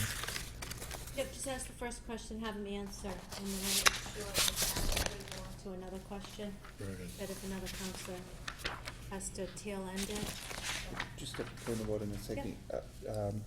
Have we gone through there's another, The two only more. one we haven't covered, Council, is the 53-week reserve. That's the 300 Right. plus 76,053. We all know what it is, right? Yep, thank you. That's required by Mass General Law. Yes. Yeah, we've He was gone just through that making, several- he was just making sure that we had gone through it to the end, to make sure. But Richard, just so if we ask questions, then say if, Counselor Reynolds had a question to tail end your question before you move on to a new question, okay? Right. Thank you. So on page 5, under purchase of services, in account 521020, and the following account 030, which are the lights and the street lighting, did the new Douglas solar contract have any impact on those figures? No, and as explained, that's been built into the local receipt package for $20,000 worth of revenue since that was passed. That is located in the local receipts. Okay. Anyone have any related? Okay. You were gonna give us Council Parika asked for a detail on account 530101, professional services. Yes. Because it's a large number, and you said 40,000 was for complex litigation, and so you're gonna. I'll provide the You're breakdown. gonna provide accounts for that. Sure will. I would like for you to also give the detail for other very large accounts. I don't think you can do that with the city solicitor, because that basically is going one place. That's to him, that's his contract. Right, and that was part of that question, but let's stay on the same subject. The street lighting is all coming from one source, that's a large number. The lights, that's all coming from one source, so that's a large number, but it's all going to one place. Yes. The other big numbers are the water and sewer, and we certainly know what that's all about. On the, I've asked,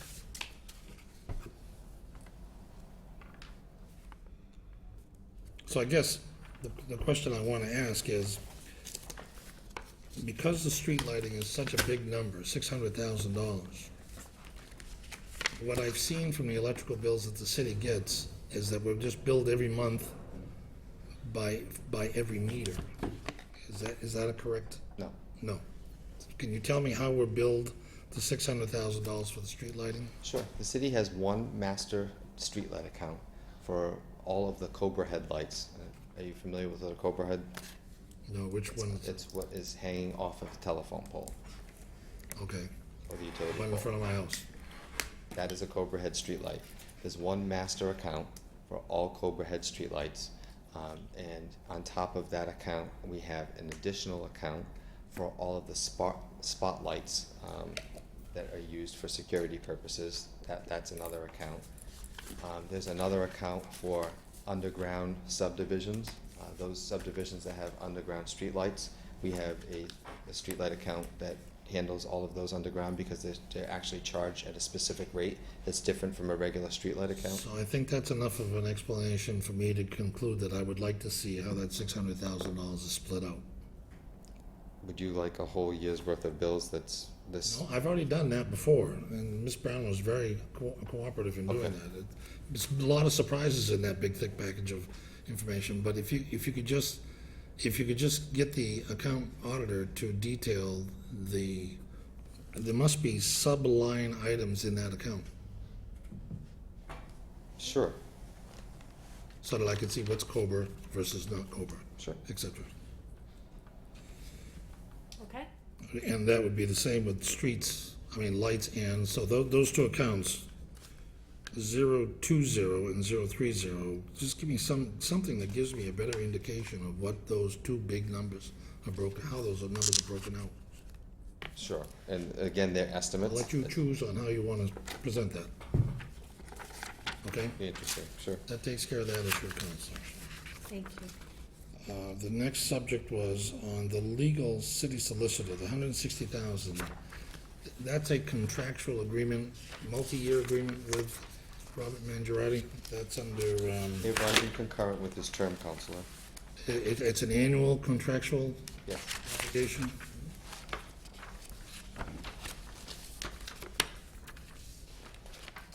That's it on that subject. Can I move on to the next subject? Okay, and I know you've had many questions in the past with the legal services and having them in-house. But that's all I have on this. I just want to know if it was an annual contract or a multi-year contract. On the page 7, under the insurance, 574010, Yes. when was the last time that was sent out to bid? It goes out to bid annually through the insurance company. They end up taking all of the city's information that we submit to them, and it's put out to. When was the last time we reviewed insurance companies? I don't know, probably several years back. Would you be open to doing that again this year? We're in the process now where we need coverage for July 1st. So too late. It's too late for this Too year. late, all right. That covers that subject. Excuse me? Yes. Council Hagney, I do have a question regarding insurance, man. Sure. When you say it goes out to bid, you use a particular agency, and that agency farms that out to any companies that they may do business with to give. Massamont, Trident. Right. Right. Right. They all have a pool of insurance companies that insure municipalities. So we have several different policies, correct, Mayor? We have a limited liability insurance policy that covers the personnel at any city event. And then we have an automobile policy for the 115 or however many vehicles we have in the city. And then there's other insurance policies that accumulate in total to $451,000. And that's an estimate for fiscal year 17. Right. A local city recently just did a review on the number of vehicles that they had, and was surprised to learn that they were insuring 40 vehicles that they no longer owned. We, I suspect, have an inventory procedure that prevents that from happening. Absolutely. Yeah. I remember when I was on city property and claims, I got a full accounting, and there were certain vehicles that could not be disclosed because they were police undercover vehicles, but we had that information is readily available. Correct.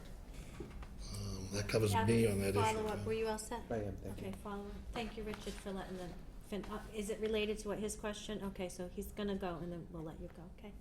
You have an Keep an insurance order. question? No. Okay. It's separate, okay. Go ahead, Rich.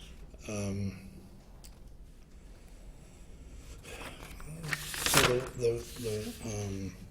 some of the things that your office uses are used in other accounts. And I don't know where to find them. So, for example, your automobile, when you fill up your car with gas, you're using the gas pool account that's in the DPW budget. That's correct. Right. When you have your car repaired, how are you using the money to repair the car? There's a line item for maintenance of vehicles. Does that cover only your vehicle? Under the mayor account, yes. Where was that? It is not funded in fiscal year 2017. Thank you, Madam Chair. You're welcome. Julie, and then Heather, you might wanna write this down. I got it. Okay. Julie? Okay, so I'm gonna ask the question, I know I'm new, this is my first year, and I'm gonna apologize if you hear this question every year, okay? Have you looked at the difference in printing between leasing and purchasing? Sometimes, in other words, would it be cheaper? Sometimes you get the maintenance, the toner, the everything when you lease as opposed to purchase and then do all the maintenance. And so, I've gone through this before in my hospitals where somebody wants me to get all the maintenance, charges for all, and then we have to put that against just having somebody come in and take care of whenever we need it fixed. So, again, I apologize if you get asked this question every year. So have you looked into the difference and which is more cost effective? Absolutely. Carol Brown does a great job with that.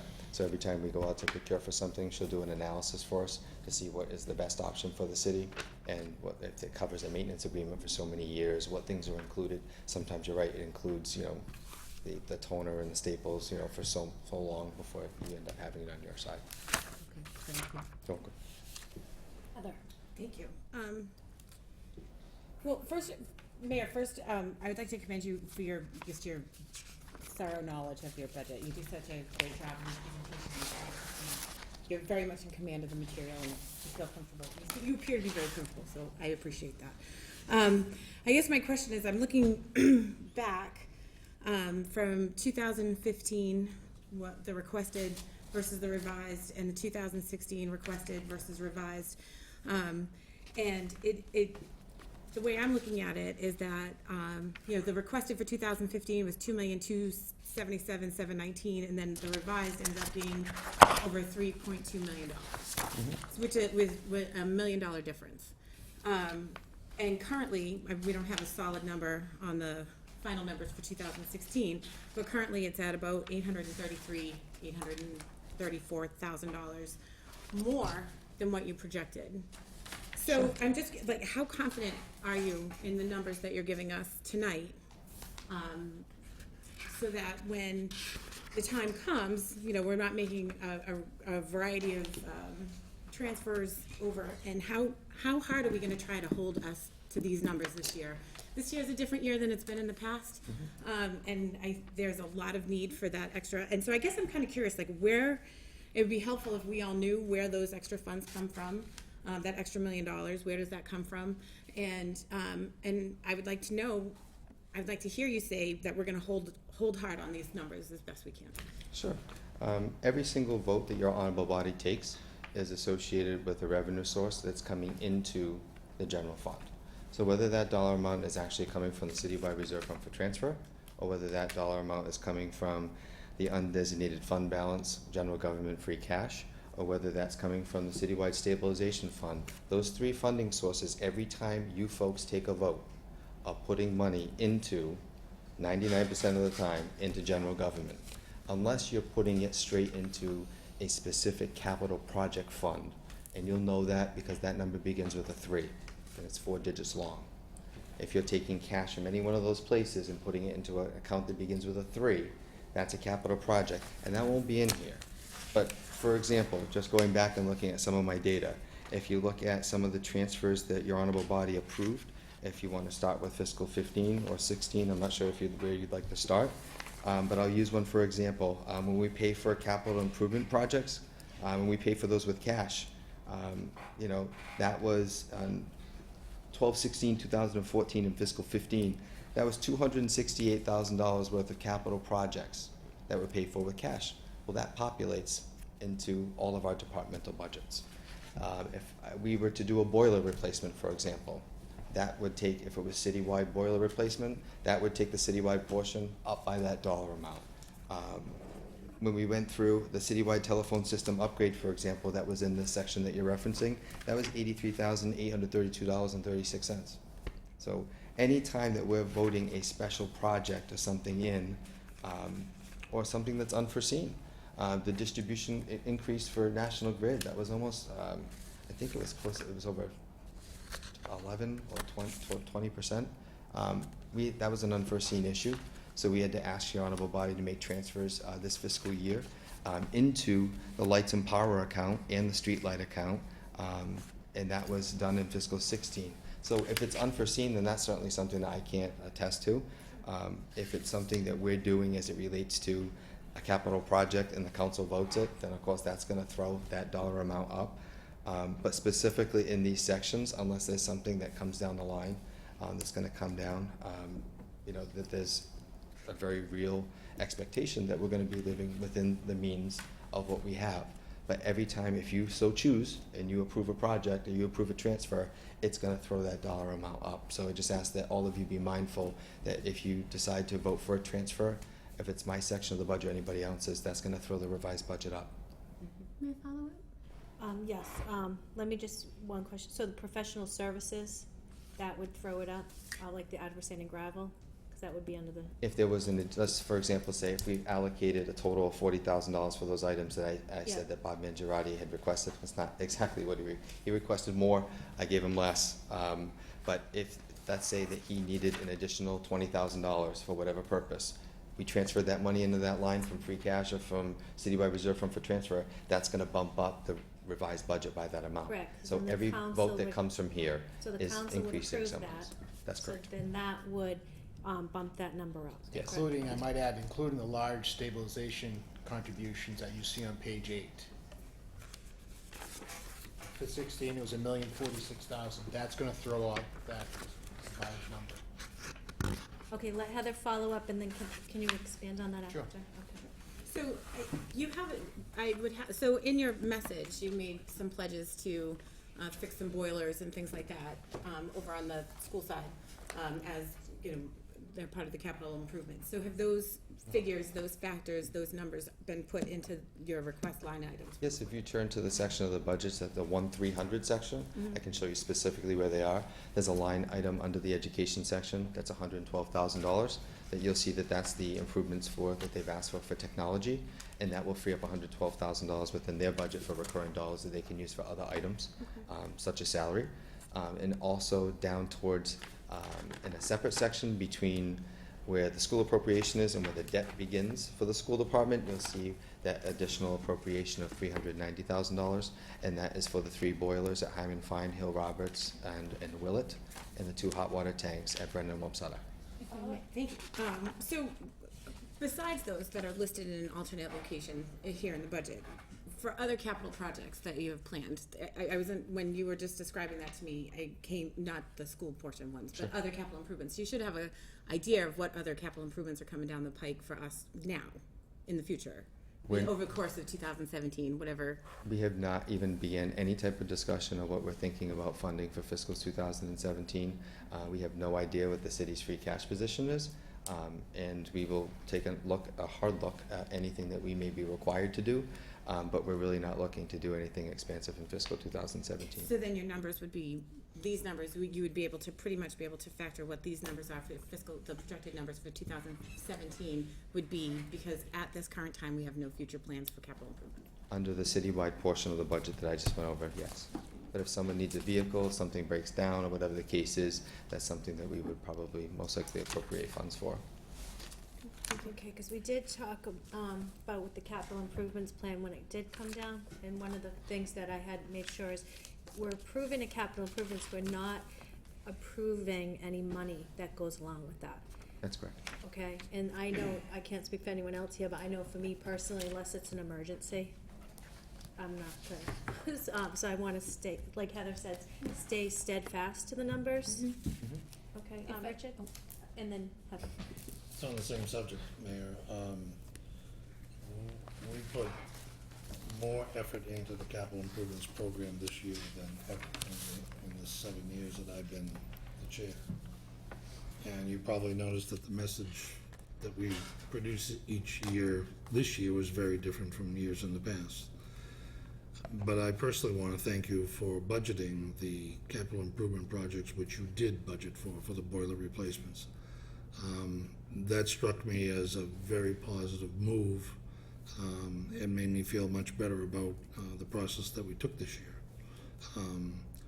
I can't predict what will happen in 3 years, but I do think that next year we're going to follow pretty much the same track without so much time expended with the departments and visits, but probably wind up just with a resolution as we did again this year. And again, streamlining the projects by type of activity. But I was very pleased to see the boilers in the budget, and thank you very much. And that concludes my comments. Thank you. And just another, my apologies, but I just want to go back to this really quickly, that just over the proposed for 2015, not just necessarily for citywide, but across all departments. There's a bit of a discrepancy, 1%, 4%, 3%, 14%, in a variety of different ways, that have had, especially like as it stands right now in fiscal 2016, there's been over 2.8 million has been flown into the variety of accounts across the city, all the 24 departments. So I'm just curious as how hard we're going to try and hold on to each department, making sure that every single department sticks to their numbers this year, so that those funds there, that extra $2.8 million, regardless of what we were funding it for, we might actually be able to funnel over to an area that's necessary and be able to potentially handle some capital improvements and fully fund the schools. I think that first and foremost, again, I ask that all councilors be mindful of the actual votes that you take, because each vote that you're taking actually gets allocated somewhere. So if you look at specifically the dollar amounts that have been in fiscal 2016, the undesignated fund balance general government free cash started off at 2.2 million that was certified back on November 12th. You guys have the list of everything that you voted. So this was repaying the stabilization fund as promised for $400,000 for the annual stabilization payment. Also on the same night, the citywide stabilization fund requirement annual payment of $282,000. That will happen again because that's our cash reserve policy. You'll see that in fiscal 17 that will come. The repayment from the stabilization for two other items, for the land grant repayment and for the community development block grant repayment to the fund as promised. There was the school municipal Medicaid sharing agreement that happens annually. That will be going back into their dollar amount, and that's also reflected in the revised budget. You'll see that again. Supplemental aid for the Veterans Department, something completely out of our control. If that happens, that's going to end up being in raising that dollar amount. So while we remain committed to live within our means of what we have to do, there will be appropriations that go in that raise the revised budget, as notated on the 10-year history that has been provided to you. But certainly to be able to go through, I think that the largest point maybe of what you're trying to say, we're not, looking to do any new projects in fiscal 2017 that take up any type of capacity or additional dollars that have a negative impact on the fund, the stabilization fund, or budgetary conditions. I really think that's a deployment, but every single item that you vote on does have an impact in the revised budget. So if you do vote on something, it will impact the bottom line. And what was the amount for the veterans, In fiscal 16, that was an additional $165,000.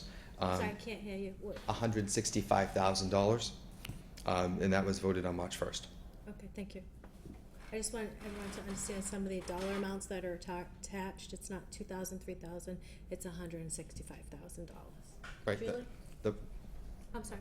I'm sorry, just to go on to that point, you have $102,580 for the capital improvement that was voted on 3/15 for the park and forestry roadside mower.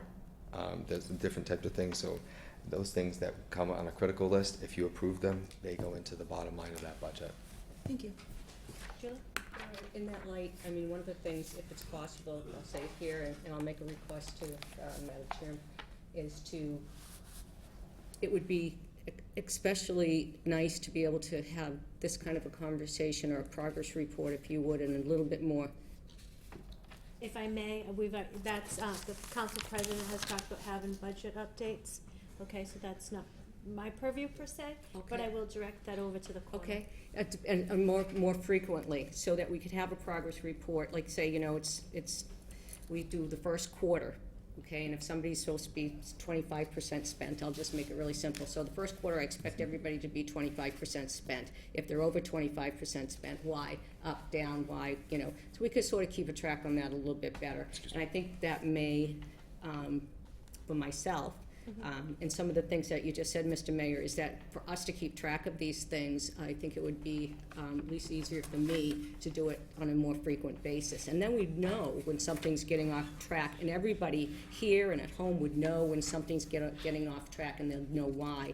And then if we have to make a change, if it's something we can make a change on, we'd be able to adjust at that point in time without a devastating effect, if you would, maybe by the end of the year. Okay, and I know, Barry, you were gonna come down, but it was just about the We time do, to I mean- contact. And also balances, I've asked to make sure when the communication comes down to have the balances. So we are ourselves also able to track, to go into, there's monthly reports, each department head brings down two. So even us as counselors, our job too is also to do that research too. To look at, I know I look at transfers, and I know I'm a pain in the neck sometimes, but thank you for putting up with me. But I know you had come down, and he's going to work on a schedule to keep those quarterly updates. Counselor Headney hounds me to make sure that we come down here and we give you updates when we can.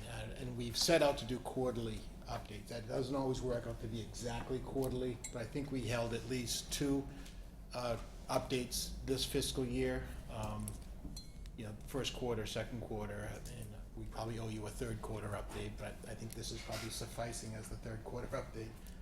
We do set out to do that, and this is a particularly challenging last 6 months of the fiscal year, so my apologies for not keeping on that track, but that's a great point. We try to do it, and we'll continue to try to do it. Thank you. Thank you. And as I said, I know you always make sure the balance is going from accounts when you come for the reserve fund, that those are always attached in the communications too. Sarah? I spoke about this several years ago when I was on council, and we talked about exactly what Julie's doing, and I think you have done that. I think the administration has done that, has tried to keep us updated. And I think that in reference to the mayor's recent comment that, when few people vote on this, and that's true. If we vote on it, we move it, it does have an effect. But I think it's very difficult if you're in a part-time position to see where all that money comes from and how it moves around. You see it momentarily when that is there, and you say to yourself, well, do they need this? Yes, we do think they need it. So you give it to them, and maybe sometimes not at a point where you're saying, okay, long-term, that's going to hurt us, because are we going to have money for something else at the end? So I think it's a collaborative effort that we have to make, more that if it comes down, and I'm speaking for myself actually, if it comes down, I'm thinking that your office is thinking that we have that money. We have to have Yeah, that. well, that's what I mean. So when I see it, I am not, it's not difficult for me to go ahead and say, sure, we'll move that money because you've sent it down. The assumption is the money's there. And so everything is balancing because it's not something that I do on a daily basis. But if we have to be much more aware so that at the end of the year there is that amount of money left over or for emergencies, then I think it is something that we have to be more open about and it's discussed a little more openly and frequently, because I think that's where we're losing sight of where the money goes. If we just don't do it like a regular job every single day of the year, and I think we lose sight of what money is where. And I can see what Sarah's saying, but I know when I said I'm a pain in the neck, Yeah, that's you what are. I'm doing, going up. You I'm said it, not me. I'm not just going up as the budget chair, Mhm. I'm going as Counselor Hegney, sitting here saying, what's this account balance, what's this account balance? You transferred from this account, because you can have internal transfers from one department to another. Not from one department to internal from within the One department. category, within to a the other. category, that's So I very, look it's at a the very important transfers, difference. because even though you have a budgeted amount, then say, Dennis may have something in his account that's lacking in another, so that's legal, he can transfer it over. Within a category, yes. Within the category, but then once you go to look at the line, that's depleted, but it's actually had been used for something else, so Yes. maybe that was under budgeted. Right. I look at those, and like I said, I go up to your office Yeah. as Council Hegney, not just the budget chair, and talk to him to see what you're talking about, and I know it is a part-time position, but I know Council Cooper is very diligent about that, but Council, Frank was first, and then Council Cooper. Thank you. Yeah, you know, along that line, again, we've been, for several years, we've been getting the, the quarterly updates. And again, when things are coming down for us to appropriate, transfer, or move money around to pay for different things, that's a continuation of the process that has begun right now when we're doing this. But part of it also is, as, committee chairs, and I agree with you, yes, it is part-time, and most of us, do have another job.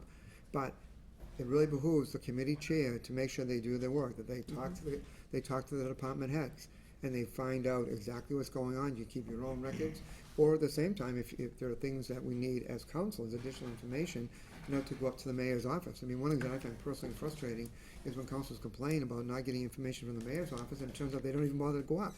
If you have questions that a department head, cannot answer, that you're dealing with as a chair of your particular committee, then we're all right. So you have the right, I would say you have an obligation on behalf of the people of the city to go up to the administrative office, be it the mayor, or be it Barry, to get that information. And again, I've served under a couple of different mayors. I can tell you, I have never once had a mayor tell me, come back later, I don't have, have time, call, say, I need to talk to you about this. Again, different administrations, they've always done it. I would say that sometimes councils do not take advantage of that for whatever reason.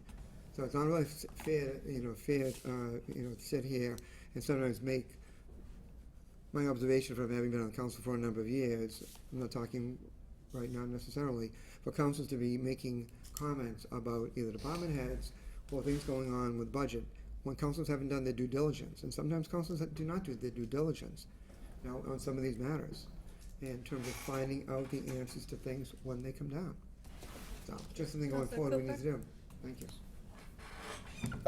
So Frank, I just want to comment on that and then ask a question. I don't disagree with you, but I think if that's an issue that you are feeling, or the administration is feeling with a particular counselor, you should bring that up directly to that counselor and not to this full council, because I personally take some offense to that, because I find myself working quite a bit, quite a lot, reading a lot, doing a lot of research, asking a lot of questions. Maybe it's not to the administration, but I have a long history here in the city, and I've been very involved in the city. And so I do find that if there's a particular issue, or you find, as in your role as the council president, that someone's not doing what you expect, then that you have a face-to-face conversation with them. And that concludes my comments about that. Back to the budget. And I did say you were very diligent. No, I don't need you to say that. I think that the voters say that when they walk into the voting booth, but I appreciate your feedback. Thank you. Mr. Mayor, the changes year over year to the revised budget, I guess the theme that I've been hearing from both Councilor Hall and Parika is, that came through to me, is that are there year over year consistencies in expenditure that could potentially be budgeted so that within the budget and not revisions to the budget. So I don't have all of that data, but you do. So, so that we're not making the transfers, are there things, for example, we know every year Parks and Forestry spends X number on new equipment. That's not a good one because that's a capital improvement. But supplies, mulch, things that come down to us year over year that are consistent, whether it's the fire department, the police department, some of the bigger spend departments that are spending, kind of inflating that revised budget for necessary items where the money comes out of the reserve fund and we send it to that department.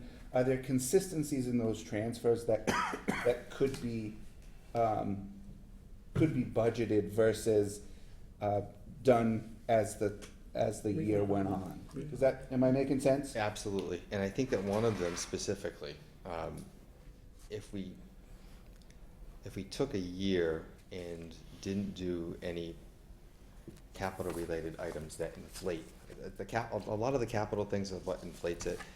If we didn't do that and put all the money into the stabilization fund, and then as part of fiscal 18's budget, for example, that we ended up using the stabilization appropriation to balance the fiscal 18 budget and included capital items in it.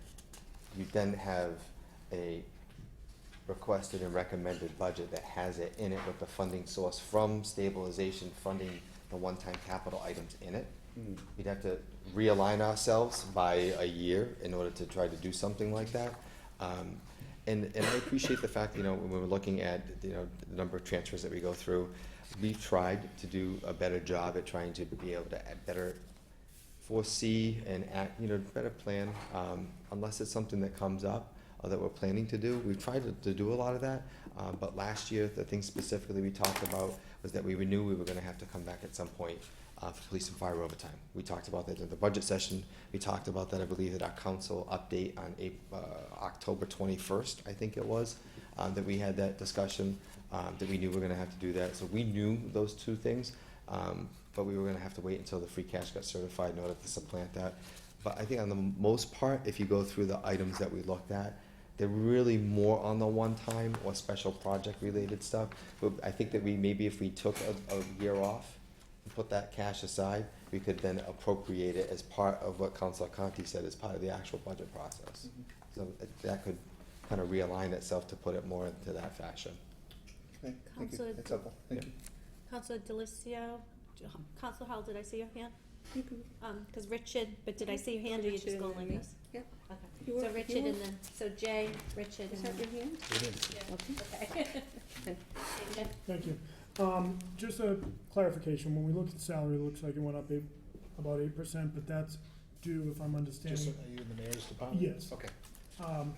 Just so I'm understanding this, just for that clarification, it's not an add to staff as much as it is a transfer from a different part of the budget from Ms. LeBlanc, No, Yeah. which now comes under, it's not a transfer. Mr. Blank was added to the mayor's salary budget 100% in FY but '17. not the position. It was 50%. The position was already in the budget. That's correct, it was It was funded. already funded elsewhere in the budget. No, No, it was 15% allocated previously. Okay, so now it's all. For Joan 100%. Higgins, if you Yep. look at the actual salary sheet from fiscal 16, it says Higgins, comma, J, capital projects, which impacts the mayor's salary line.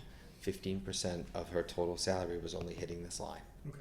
This is 100% of capital projects now hitting that line, so it's an 85% increase in that position, impacting the fiscal 2017 budget. We hadn't talked about that, but I think because you got stuck at work when you came in, Yep. maybe. No, I just But did you wanted get clarification, the clarification yeah, that I you just wanted that wanted? clarification, if I may follow up. Oh, yeah. Thank you. I've heard from a couple different constituents over the course of last week about the budget the mayor's, budget going up by 6%. When I look at it, and everything's a lot of zeros in the line items, is it safe to say it's because of that transfer, the addition of, the capital improvements clerk? Capital project administration? No, so you'll see all over the place, there are different salary and departmental budget changes. I've said previously, but I'll be happy to repeat tonight that The cost of living adjustment for fiscal year 2017 is 3%. Yeah. And if someone is entitled to a step increase in fiscal year 2017, if you're an exempt employee, that is 3%. And if you are a union-based employee, still with a percentage increase and a step to go, that would be 4%. For longevity. A follow-up on this before, is it related to, No, okay. ma'am. I don't mind, I wanna make sure. Richard and then Julie. So I'm going back to the transfers. And I'm maybe unique, but speaking strictly for myself, it doesn't bother me when the mayor sends down in the mayor's communication a request to transfer monies into an account. It gives us, in my opinion, it gives us a better indication of our fingers on the pulse of what's going on in the activity of the city. And I kind of like meetings where there's several transfers because there's several things going on.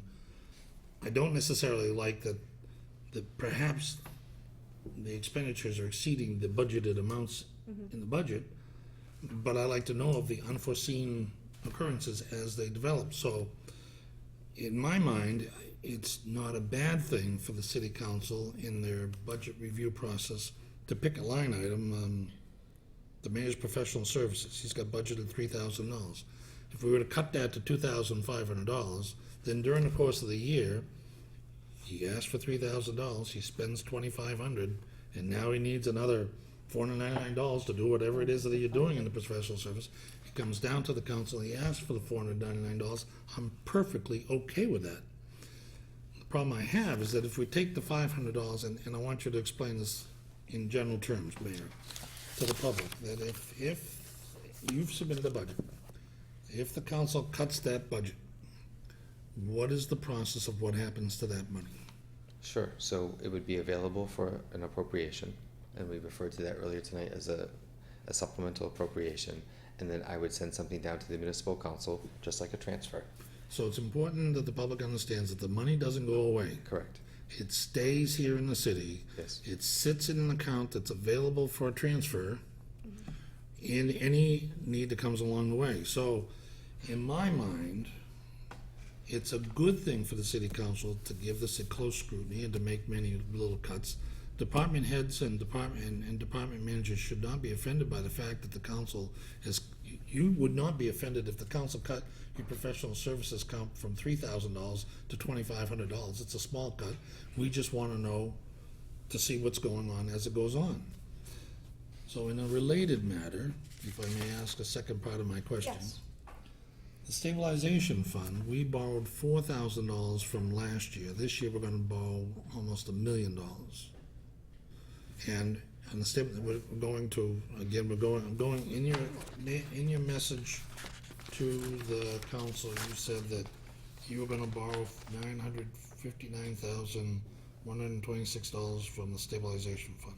Correct. For snow deficit, which is wonderful because I thought that we should have paid that off, but we couldn't afford to. When we are coming through the year, if we have funds left over in that supplemental budget, because the city council cut the budget, that money can go into the stabilization fund.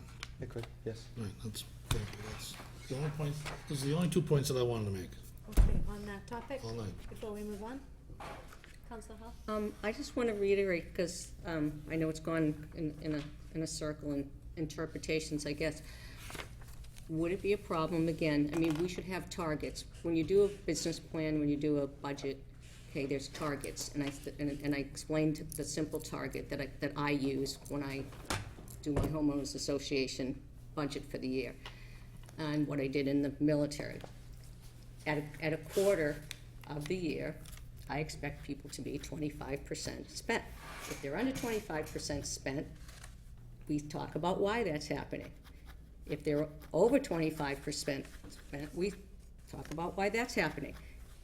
Now let's go down to the 50%. At half the year, the fiscal year, we should be looking at the budget again, and if they're 50% spent, we should know why they're 50%. If they're over, we should know why they're over. If they're under, we should know why they're under. Now let's go to the sets. Do you see what I'm saying? So I guess what I'm asking is, can we do that? Yes, we do. Thank you. Thank you. Yes, but that's what I'm saying. I guess since maybe it's already June, right? And we're doing the end of the budget, so I'm thinking, I don't know, other than the transfers, that we've had this kind of an in-depth conversation like that. And what I'm talking about in particular is an in-depth conversation, just like we're having right now at each one of those. And if we have to stay here till midnight, we stay here till midnight, and we talk about it to make sure that everybody understands every quarter where we exactly are, and they have all these questions asked. So I apologize if it's something that you've been doing, but I haven't seen it since January, since I've been here, so I apologize. Maybe I missed it. We had said Barry was gonna come down and then, but the last 6 months. Okay, and I'm not casting shade, so I'm just saying, so for me personally, good, I'm glad. Let's commit ourselves to it. As I said earlier, I think we had 2 quarterly budget updates during the first half of the fiscal year. And as I said earlier, I apologize, but the last several months have been particularly challenging in our office and in the mayor's office, so I apologize for not coming down. Councilor Hegney is always asking me when I can come down and do the quarterly update, and again, I apologize. Things just got away from us with obvious priorities. And it's okay, because I was here for my first time at one point too, and I always heard the same answer, we did it, but it's okay to keep saying, I'll hold you bringing to it up. it. Yeah, just keep bringing it up, because Thank you. there's always a starting point, right, for Thanks. one person. Appreciate Any it. other Thank you. questions on that? I don't know if I saw No, somebody else. good, thank you. Okay. Yes. I do have a question, not related to that. I don't know if you're ready. It's now's an appropriate time to. The floor's open. Okay. Mayor, on the 3rd page of your budget proposal, there is, under 2017 net school spending required by the state, eligible general government expenditures, there's $4 million in deductions. I know there's been some media coverage about some of that's water and sewer, but there's gotta be more in it than. No, that's not what Those that aren't, is. no. Nope, and Barry can go over that with you. Yeah, so the eligible deductions are, one of them is the per pupil administrative fee that the Department of Education allows us to deduct from the net school spending. So that's an annual dollar amount multiplied by the enrollment figures by Department of Education. So that's an example of what can be deducted under the ed reform formula. Mm-hmm. So, The charters. sorry, go ahead. That's also the charter school expense that gets subtracted off as an eligible expense, because the city has to actually go through and pay that charter school invoice. That's the other eligible deduct that comes out of that dollar amount. And the add is the non-eligible component, and that's the amount for transportation. That's the 3.409 million that's located on that page. And school security is another one, another allowable deduction. Runs about $80,000 to $85,000, I think. Okay. And then we also add in the charter school reimbursement that we receive from the Commonwealth for the $272,000. So if that technically is the minimum required under education reform, which would be the 68,292,893.35. As part of the information that you're preparing to send down, could you send down, or can I find in here the breakdown of where this Oh, we can break. Send that to you. $4.1 million? Yeah, sure. That'd be great, thank you. And can you make copies for everybody? Sure. Thank you. Not a problem. Heather? Thank you. So I have a couple of questions with regards to the education funding. The way we look at, so the way I look at this is that we have, people see the growth, the total number at 68. Sometimes they have the expectation that that's what's coming directly out of our budget, and that the 35, the Chapter 70 funding is actually revenue into the city. Would that be an accurate statement? That's correct. So as I would look at that and say that, you know, as a department for the city of Attleboro, they were actually bringing in more money percentage-wise than any other department. Well, there's no other department that has state aid to be able to fund a portion of their budget. But that, I agree with that statement. What I'm saying is that is revenue that's coming in, and there are other departments that are increased on a yearly basis by percentages, 2, 3, 4, 10%. And where this is actually one of the largest revenue generators for the city, we're not actually increasing them at the same rate. Would that be? I would, first of all, I wouldn't classify it as revenue. It Okay. is restricted state aid specifically for education, so I wouldn't even classify that as revenue. It's a restricted revenue source as dictated on the state aid cherry sheet that the city receives on an annual basis. It's in a separate section specifically dedicated for education. Okay. So I wouldn't consider it as a revenue source as property tax levy money, for example. Right, but when I asked you the first question, the first time I asked if it was revenue, and you said yes. I wouldn't it's dollars that are allocated towards education that can't be used for anything else. Okay. And so I guess my question is that as we're going forward and we look at other departments and we're funding them at an increase each year, why is it any different for them? Why is it any different for that department if we're not increasing them at pretty much the same percentage rate that we're increasing other departments? Sure, I think there's a lot of other floating contributing factors that go into it.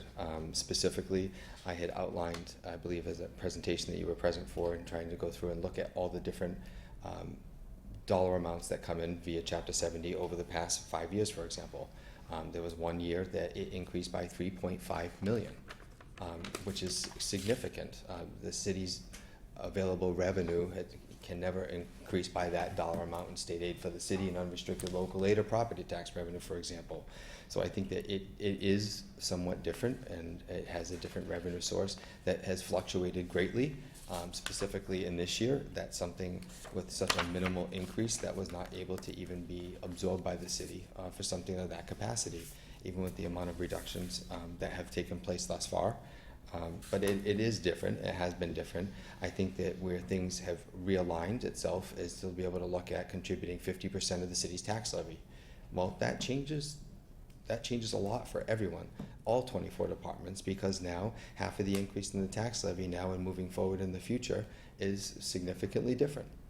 And so therefore, the available dollars that were once available for other departments are not available. And looking forward to how we increase annually moving forward due to what we're dealing with now and probably in the years to come is a completely different story as it looks towards total dollars that are available and what departments are going to be dealing with. I think it really is a game changer. It's a game changer in the aspect of all citywide contract negotiations and what are available dollars that we have for available expenses. And I think it's a game changer for us moving forward. Some people have talked about that recently, and I think it's something that really is completely different than we've ever looked at before. And that was a needed, important change in the light of what we're dealing with this year. But that's, again, we talked about realigning on some one-time sources coming into the budget in order to not have revised so far off from approved. Well, I think this is certainly a step in that direction that really looks at this to say, you know what, now we're looking at this from a completely different standpoint, and that's going to be reflected as we certainly not only in 17 but moving forward into 18. It's a completely different ballgame. May I follow up? Yes. Thank you. I would like it very much if you would correct me in the way that I'm going to say this, because I want to make sure that it's very accurate. When you announced that 50% of the levy, or 50% of the increased revenues will be reappropriated to the schools as this has changed, which is great. And I think that's a great step in the right direction, and it's going to be extraordinarily helpful as we move forward.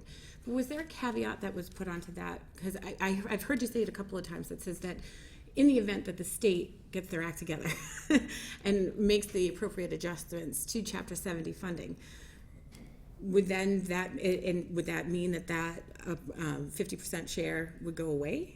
If we're looking at something, if there was a full implementation of the change in the Chapter 70 formula that, for example, took state aid and increased state aid under Chapter 70 by $5 million, I think that that's a completely different story, and that's what I'm talking about. Okay. If there was something that just minimally changed it, that doesn't change what we're looking at here. If there's a significant change, if all of those flawed areas of the foundation budget review calculation were completely changed and implemented, that's a completely different story, especially with the type of changes that are ongoing now and in the future for all city departments. I think that then that's something that comes back on the table, but that would be a significant change if all of those changes were made and it was a significant increase. Okay. Okay, one more time. Yes. Thank you. And I appreciate, this is excellent, this conversation that we're having right now is good, it's very informative, and I really appreciate it, and I hope that you know that.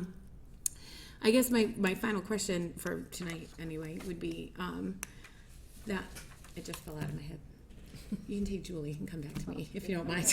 Raise your hand, Sorry. blurt it out. I know, I will, I promise. So, I know that there's a Chapter 70 formula, I know that there's the net school spending, and, we make up the difference between that. That's what that's all about, is what we get from Chapter 70. Chapter 70 then also tells us how much per pupil we're supposed to be, or, we're supposed to be spending. So that's where the difference comes in, and that's what the city is, if you would, required to make up, okay? And can make up more if we so choose to do that. But the things that aren't thought about in those discussions are the things like the SIP. Okay, that doesn't come as part of that formula. Our ability to also look at the infrastructure of the schools and be able to take money from the city and put that into it in terms of, so I look at things a little bit differently. In terms of, fixing a gap, doesn't always do or balance out what in my opinion, what the schools need. They also need infrastructure expenditures. They also need, we've got new high school coming up that we have to think about. That's going to be coming up, and that's not going to be included in Chapter 70 money. So there's other kinds of expenses, serious expenses, significant expenses that we have to look, and I think Sarah and I have sort of talked about, we like to look at this as a whole picture so that we know when we go moving down the line in the next few years what kind of expenses we're really going to have to generate that are going to be directed towards, the school. So it's not just, salaries, things of that sort. So, We've that's tried to something break think that about. out on the third or fourth page in on the budget. The reform funding calculation. Correct. Yeah. We've tried to break out exactly what you're talking about, Council, which is not only the net school spending figure, but all the other dollars that are devoted to the schools. Yeah. Yeah.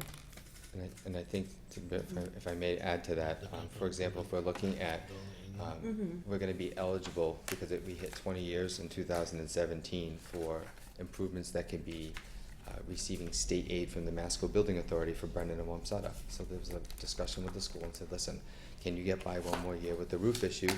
And if you can, then that's gonna enable us to be able to get at least 50% reimbursement for that project. And so that was agreed. We'll be applying for that again in the same time frame throughout 2017, and that would cover half of the cost. Well, that's a $500,000 cost, but it's a $500,000 save that otherwise, if we did it today, that would all be on the city. So those types of discussions that go back and forth, to be able to have those discussions are an important one for sure. Thank you, and redirect. And that's one of the things that myself and Mr. Conti have talked about, and we're refining this whole SIP process. We also want to be able to identify exactly those types of pieces of equipment that are sitting and coming close to that year, so that everybody understands why we don't necessarily want to then fund that, because there may be a kickover time, if we can keep things going, where we'll be able to get additional funding. And so instead of expending the city's funding, if you would, we do want to try to hold on for that state aid, obviously, because then we could use that money for something else. So that's another process we're going to refine again, is to also identify those pieces of equipment on the SIP that we're holding on to, and for that exact reason that you just said, Mr. Mayor, so I appreciate that comment. Thank you. My only follow-up to that is that, I remembered my question, so cheers to me for that. And my only thing with the roof project for Wamsutta and Brennan, there's no guarantee that the state would fully fund those. Fully fund? No. Right. Not, So, well, not fully funded. right. So They won't fully fund any project. yeah. They'll partially. it's a Reimburse percent. us, That's right? correct. Exactly. So the comments were, it's a little bit in conflict for what was just stated, but Why is that? well, no. Just that when the mayor was just speaking, he said there'll be $500,000 that won't have to come out of city side, that would That's be correct. funded. So let's assume the repairs are $1 million. Mhm. If they were repaired today, Right. well, hear me out. If it was repaired today, it'd be $1 million off from the taxpayers, basically. All right. If it was repaired when MSBA approved it, it would be 50% reimbursed by the state. That's the $500,000. That's what I was trying to say. Thank you. Sorry, I appreciate the clarification. So my question that I forgot that I remembered is that there's been a lot of discussion I hate to broach contract discussion or things like that. And there's been a lot of criticism and a lot of discussion, negative discussion, about whether a contract was negotiated appropriately, whether in a variety of ways. But I just wanted to kind of make a point that it's really difficult for any department to make long-term contract negotiations or agreements for, either whether it's busing, that's not a good one because that's city side expense, but any of the different contracts that they have to make with a fluctuating Chapter 70 fund. So that is, 1 year it's 300,000, next year it's like 6 million. Last time it spiked, Counselor, was 2012. Other than that, it's been a steady, it hasn't been like this. Okay. So 2012 is the last time you saw a huge spike in Chapter 70, just in case you didn't know. No, but it has fluctuated. Yeah, I mean, it hasn't done the huge peaks and valleys, but it has steadily, there's a line that goes like this for Chapter 70, except for fiscal year 12. Okay, thank you. You're welcome. Thank you. Just, my last question for the night, I hope, or I promise. I thought you said when you presented the budget to the council that there was you were instituting you weren't backfilling positions and you were instituting a hiring freeze. Is that the case? And I can't find it in here. I thought you when you were reading through this, Sure. you said that, but now I'm sitting here trying to look for it. Sure.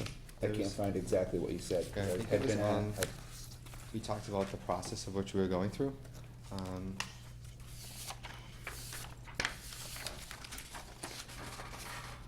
It was page 1, 2, 3. So is one of them Sunny Almeida? We talked about, I'm sorry? Oh, go ahead, I'll wait and see. Okay. The balance is made up of reductions in expenses from requested budgets, decisions not to backfill open positions, and the delayed hiring for required public safety positions in fiscal 2017, and then get into the discussion after that about making up the $800,000 that was committed on top of that. What paragraph are you on page 3? Are you on page 4? Maybe that's Sorry, it was on page 3, and it starts off with the word third. Okay. Perfect, thank you.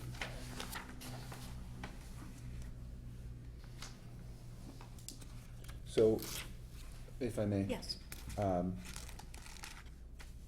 Decisions to not backfill open positions, I think, for me and for some phone calls I received today, I need some clarity on. Does that mean any open positions that you have, you're not going to fill those positions for 2000, going forward? So if somebody resigned today, with this technically 16, are you gonna have the ability to fill that in 16 and carry it over to 17, or are you right now saying I'm not gonna fill those positions unless it's a critical position to the function of the city? And by critical I mean, superintendent, one of the chiefs, director of DPW, that was deemed whatever was deemed critical.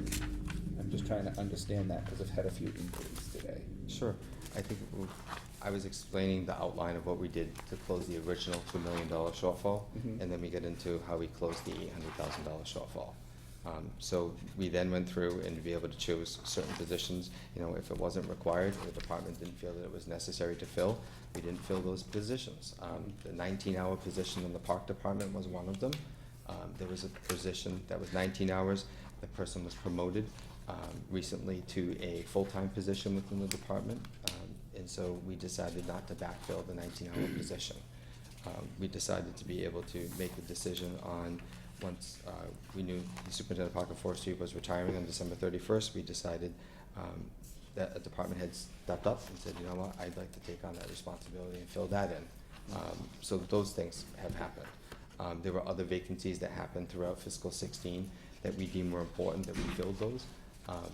There were retirements that have happened in the salary sheets. You can see where it says replace retirement for those positions that we have in there. And there's other things that we looked that felt were important to be able to be consistent with other positions. As recently notated in the school department that they filled assistant positions. That was part of the fiscal 17 budget process as well for the city. So like the parking clerk, it says vacant, That hasn't been filled in quite some time. that would be something that would not be filled. No, we have an outside vendor that handles that. Exactly. So I see the vacant, that's what I'm saying. And then if a position, so even if someone had, say, we're not gonna fill Sonny's, but then if he did, he's at the highest step, obviously, for how long he's been here? Correct. Correct, so then if we have somebody else come in, But we decided not to even do that. no, with correct, fiscal but 17. hypothetically, I'm saying, as you're saying, you're not going to hire someone, but he said if it's a critical, I'm sorry, not he, Counselor Cooper, said if it's a critical position, then obviously, if we have somebody here on a step, and we're gonna hire somebody based upon, we had somebody else come in from, I forget what department now, but their longevity is here because they had prior municipality experience. So there's, so that longevity, so if you hire someone that's, hypothetically, like I said, if that was a critical position, Sonny's here, cause he's been here for how many years? A long time, Okay. 58, So then if you have somebody 59, come right. in, Right. they're gonna make maybe 20 to 30 less, but we're not filling those positions, but I'm saying hypothetically in a future year, if somebody does retire here, and you have someone coming in, The savings. then there's gonna be that savings, that we've seen in other departments, Yes. where there have been retirements. Saw in capital projects. Ethel's department, the treasurer Ethel's, yeah. department, so even though that's an elected, that's not an appointed position, like I said, hypothetical. So if, that person came in, she's at a lower step, so I think almost 20, 30 difference in that. Okay. Yes. So I'm gonna bring up a topic that I'm sure is a little sore with not necessarily anyone in here, but through no one's fault, we don't collect enough taxes. We just don't, you know, for the city to operate in the manner that everyone would like to operate. And it's difficult today to increase a tax base in the manner that would allow people to have all of the things that we'd like to. And I'm wondering, and I think it's something we should seriously consider, that if some of the companies in the city that are not taxed, that we start to consider a payment in lieu of taxes.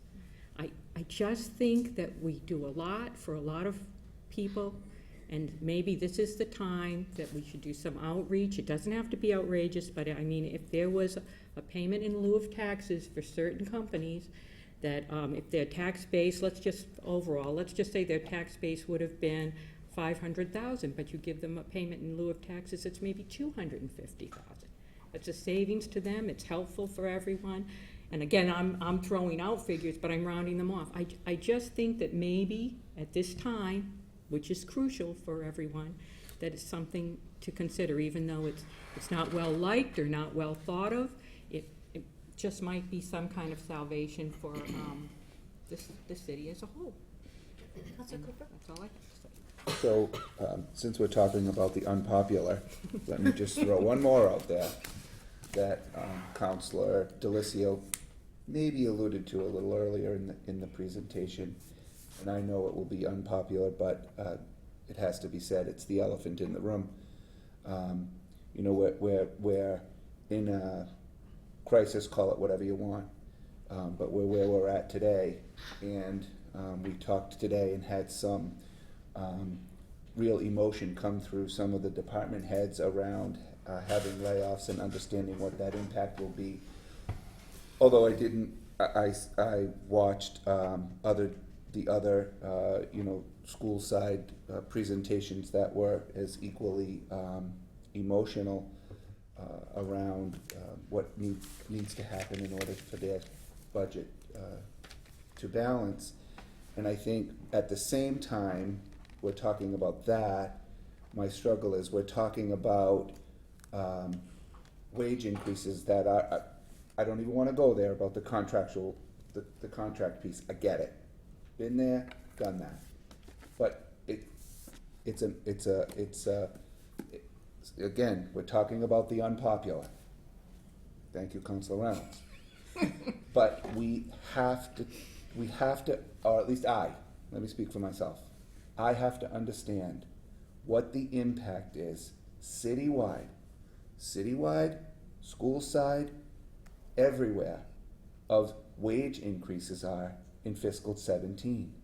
I know it is a short-sighted, short-term solution to a problem, but it's unpopular. I get it, I'm happy to say it. But we have to think about it. We have to think about what that would mean. You know, when I'll go on a little tangent about working for Linda and Fidel up the street. We looked as hard for 50 cents as we did for $50,000, and I mean that. And if we were at 25% occupancy, or 30% occupancy, or 40% occupancy, or 101% occupancy, that's what we were expected to spend. And that's why the hospital has been so successful. I think that we have to, and raises were not exorbitant, but the dollars at the end of the year were shared equally with everybody. It's in the paper every single year. They give the same amount of money. You're on the board, you know long before anybody else does, that money that is shared at the end of the year is equal among everybody. Whether you're the executive of that organization or the person plowing snow, everybody got the same amount of money, and everybody got a merit-based raise. And I think those are the unpopular things that we have to start to consider. And I'm sorry to have to be the person to bring it up. I haven't heard it tonight, but it has to be said, and I would like to know, you don't have to tell me tonight, but I would like to know through some communication what those numbers would be in terms of if we instituted some kind of quick and easy, which it never is, I understand, negotiation with the affected parties. What does that mean? And what does that mean in terms of what this community stands for? Yesterday, as I went to Studley for two things yesterday, I was there all day. I went for 2 meetings, end of school year meetings for both of my kids, and I sat and I read the mission. And I'm not going to tell anybody in here what it says, but I would challenge all of you to go read the mission and the vision of the Attleboro school system. And I sat there and I thought, we may be missing what some of the language in that vision says. And then I went to field day. And you could see, I put lots of sunscreen on because the skin doesn't do well in the sun. It was a beautiful sunny day. And every single one of those second grade kids was delighted to be there. But I couldn't imagine, as they all started coming into the gym, I started thinking, imagine having more than the 25 or 26 kids that they have in this classroom now, in a classroom. I just struggled with that, and I don't think I slept much last night really thinking about what that means. And even if the wage freeze is unpopular and it's a short-sighted solution, it gives us some time to try to figure out what we're gonna do. What are we gonna do on a go-forward basis? From the minute I sat and listened to the presentation at, many of us were there, at the school, at the high school. I said at that meeting, and I will continue to say, in the absence of a plan, we will not be successful. And I haven't heard a plan come forward. I'm sure you're all working on it. So please don't be offended by that statement. But we have to have some sort of a plan to make some radical changes in the way that we're thinking inside the box and not out. And I think the wage freeze shows a sign of community, and it shows a sign of trying to do the right thing for this year, and it is a stopgap. It's a plug in the ship that in the crisis. But I feel like we have to know what that is, and we have to know what the impact would be. And I'm sorry I went on a epistle, but that's concludes my comments. I try to let everybody Thank you. say that. I appreciate that. So. Okay, I was looking this way, so if somebody knows who was first, Julie? Oh, it was okay. And then, I commend you for bringing that up, and, I love the fact that Councilor Reynolds had a solution. Councilor I don't know Cooper. if they're solutions. Well, no. They're a thought process. No, It's a listen, they're thought. viable solutions, and I have a list that I've kept from a number of different residents here of solutions that they would like us to look at too. And one of the things that Councilor Delicio and I have mentioned in particular is there needs to be a way to look at some of these things that people are bringing up, and we need someone to sort of look at that and see if they're viable. The thing is, we can sit here and talk about it, and then we run into the same thing we do when we do transfers. We don't have an overall picture. So what has to happen is if somebody brings up a solution, that has to be staffed. I'll use that word, okay? Has to be staffed out because, I can probably tell you right now, there could be some problems with the unions, it could be. So we need a group that can look at some of these solutions that people are bringing up. And again, I'm gonna tell you, I have 7 or 8 written down by residents of things, and they're all pretty good. I had a group that came to me and said, we need to stop doing testing for a year, and brought that up, and they told me how much money would be saved by not doing testing for a year. And I thought, I don't know anything about the testing, but it sounds good to me. So there's lots and lots of things we can try, and I really feel like we need to set up some kind of a committee, some kind of a group, something that we can send these things to and allow those people to staff those out. I think that probably what happens a lot of times here in the council is the same thing. We're part-time, we do the best that we can, and it would be so much nice to have another group that kind of look at these things and come back to us and report those things to us. And that's, Thank you. I really think we need to. Thank you, Councilor Bliss. Address Mr. Cooper, please. In your statement, Mr. Cooper, about the wage freeze, did you include the educational side as Peter, I well said as? city. He said Oh, city. sorry. I'm not gonna speak for you, but I did hear it. He said. I was a city- little he confused, said- I'm just asking. Okay, and I did hear it. He said citywide education, every holistically. Universe. Universe. I just wanted clarification. Coast to not- coast. Coast to coast. Because Coast to coast. I tend to agree with Okay. you when it comes to, if we're looking to protect the children, I'm tired of being held hostage by the children over the last couple of months, that if everybody pitches in together in a wage freeze, would definitely take care of some problems with that 25 kids. And If- go If ahead. I may, Reed. I You're think it agreeing, may, so. Peter, it may, and I think we don't know till we look at the numbers, and there's a Yeah. lot of things that I'm sure that you can't sit there and talk about right now, but that you probably wish that you could, and I'm sorry to again, bring up the second, piece of unpopularity tonight, but I felt like I had to do it, and it was the opportunity, so, and just to, say again, I'm talking universe. Okay. City of Attleboro, what does that mean? What would those numbers be? And what's reasonable and what isn't? And, talk about it. No, But have a dialogue I about it. sat here all evening just filtering stuff in rather than commenting on some of the statements made, but I think that alone shows that this city has to get together as a whole, city side, school side, whatever, taxes.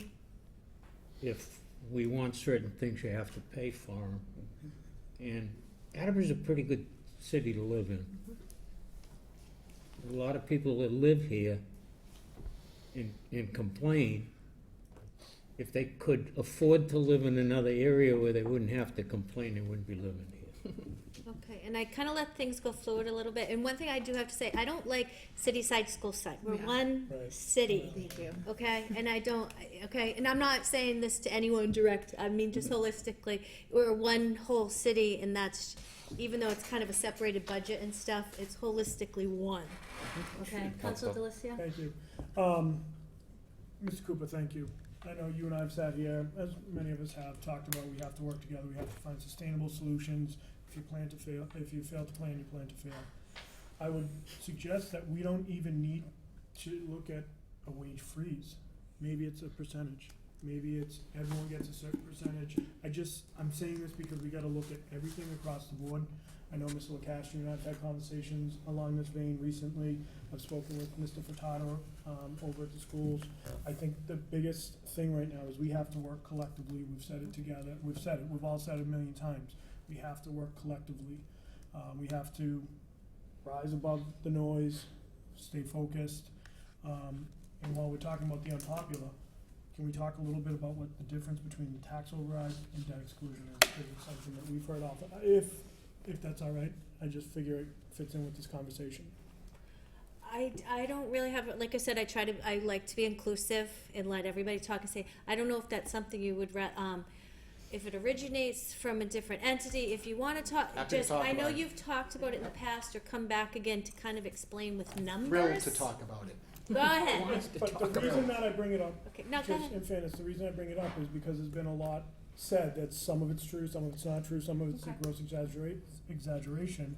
So if we can kind of get some of the stuff out there, so it stops with false hopes and it starts to bring some reality to the conversation, I think since we're having it, there's no time like now. But like I said, I always try to let everybody talk.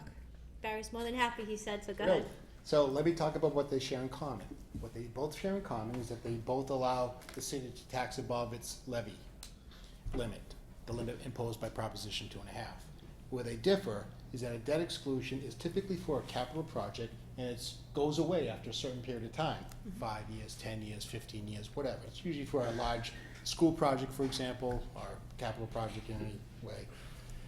A Proposition 2.5 override originates with your honorable body. We can't do it. Mayor can't do it. Someone has to go to you and say, hey, we think this is a good idea. What do you say? And then you vote to put it on the ballot. Okay? That's an important piece of the puzzle. When Once you it- say somebody, who's that somebody? Anybody. Anybody, okay, thank you. Go ahead. So, once it goes to you and you vote on it, it goes on the ballot, it's my understanding. Obviously, the voters vote on it. We saw that in Norton. We saw it in North Attleboro twice. That's what happens. The people get to speak. They get to speak behind a curtain and make a decision whether or not they agree that that money is really needed for whatever purpose you are identifying. So that's my basic understanding of the difference between a debt exclusion and a 2.5 override for operating expenses. And how does that, I don't wanna say longevity of, but how does the 2.5 override going Forever. forward forever? Forever. That's what Yep. I'm saying. Until you do an Just wanted to kind Yeah, of- that's exactly right. And there are some communities, and the mayor's has. What did I Counselor? said, until you then vote in an You can do an underride. you can do an underride. Right, yeah, but I wanted people to. Oh, yeah. Feel very front to go down. The mayor has met some great other administrators and mayors across the Commonwealth, and I forget the district or the city or town that did this, but they did a Proposition 2.5 override for a dollar amount, but they didn't need that whole dollar amount in that 1 year. But they knew that they would draw from that override as the years went forward. And I think Arlington. And they're in year what now? Well, Mayor? they're over, I think they're approaching year 8. It was only supposed to last them, I think, 5 or 6 years, and they're still drawing, because they were conservative with their drawdown. Which I thought was a very interesting plan. In other words, they didn't just grab the capacity right away and fund something and then you're in the same problem. They did it over a period of time. And would it be gaining interest too? With the Oh, whole- no, it's not money, it's capacity in the levy, so your people's tax bills are going up. That's where the what I money's want. coming from, yeah. Okay. Councilor Conti? Thank you. Mayor or Barry, I don't really care who answers the question, but please, would you please explain the mechanics of a wage freeze? What happens? How's it start? Just, How's it get implemented? sure. A wage freeze is exactly what it sounds like. How does it Whatever start? wage you're at right now, it's frozen. It begins with impact bargaining with the unions, basically, because you send notice to the unions that whether or not they're interested in doing something like that. And we have several unions here in the city. We have police, fire, clerks, laborers, DPW. So that's how that would begin. And if you might recall, the mayor mentioned this in his message, back in 2010, we did exactly that. In fact, the mayor got a standing ovation from you folks when he was able to come up with concessions from all the unions here at City Hall. The schools didn't participate because it wasn't their problem, it was a local funding problem from the state. So that's how that happened. So the unions here at City Hall joined together, the exempt employees joined together, and we made a decision that was what we wanted to do. But that's how, I think that, I hope answers your question. So we're in contract, and we have 9 unions, Approximately. No, Yeah. cities, that's just city side. citywide, Or citywide, citywide, we have 9. coast to coast, there's 9 unions. No. No. No, No. no, more than that. School has 7 additional, so 16 unions. Approximately. And the 16 unions don't all negotiate at one time. Well, all the contracts are up on the same year. So in other words, FY '17 is the final year for all city union contracts. Thank you. But they all negotiate independently of each other. I think, I can't speak for the schools, I don't know. So in the case of a wage freeze, you're talking the 16 entities in 16 for fiscal year 17. Correct. So this could happen now. Is it possible? Is it possible? Sure. Anything's possible. So with that in the year, because I was here, but we had to pay that back, right? It was just considered a furlough, but then did we have to go back and increase? The city employees who gave up what equated to 4% of the departmental budget never received that money back. Okay, so they never, because that's a they- misconception, I don't know, yes. I'm hearing they I had to gave go up back for the. 52 weeks of 4% out of my paycheck, and that's what the So exempt you said gave they up were doing. 52 weeks out of your Of 4%. 4%, okay, because that's where it's gone back and forth too, to understand is the furloughs that the city employees did give. Okay, they did not So- get that money back. So if I can finish this up, is there a bounce back to it? So is that how we got to a 443 contract negotiation following the freeze? It wasn't a freeze, and I want to be specific on what was done in fiscal 2010. So all of the regular salary sheets, just as they're presented in this budget that's been submitted to you, had all of the contractual increases in it by department, just like it is today. And that there was an understanding that people came together to equate to come up with what was 4% of the departmental budget. And that Salaries. dollar amount, Salaries? I believe it was the departmental budget. Yeah. And not just all salary. items I in the believe, if I'm correct, it could have just been salary, but I believe it was the 4% of the departmental budget. And we ended up, no, I think it was the salary, now I think about it. I think it could have been the salary grouping as a whole. And we said we didn't, it didn't matter how you came up with it, but this was the layoff list. So it was a very different circumstance where the schools were held harmless because Chapter 70 was not reduced. And it was strictly unrestricted local aid that was severely reduced that impacted that decision. And we ended up having to serve the list of layoff notices that were going to occur by department.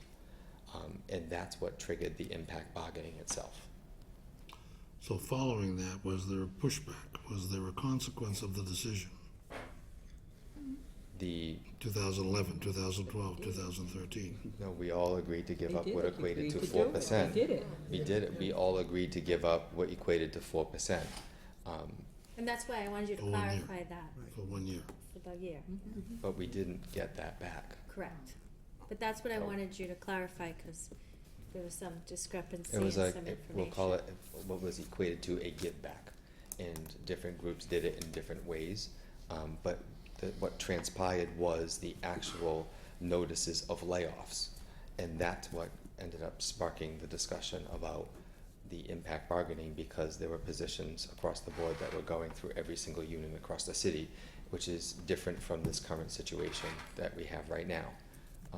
That was one. The other point that I didn't have a chance, if I don't mind, I thought it was important to note, there have been discussions with certain groups. I'm not at liberty to get into those discussions, but to your point, Counselor, there have been some discussions, so It's out of our control to have those, as we've been talking We about. cannot just Obviously, institute like a you said, the fee. elephant is it's not up to us, it's up to the unions and everyone in those unions to come to that decision I thought it was important for you to know. collectively. Counselor Parikh, then Holly?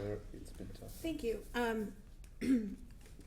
I'm always, I'm pretty comfortable being unpopular.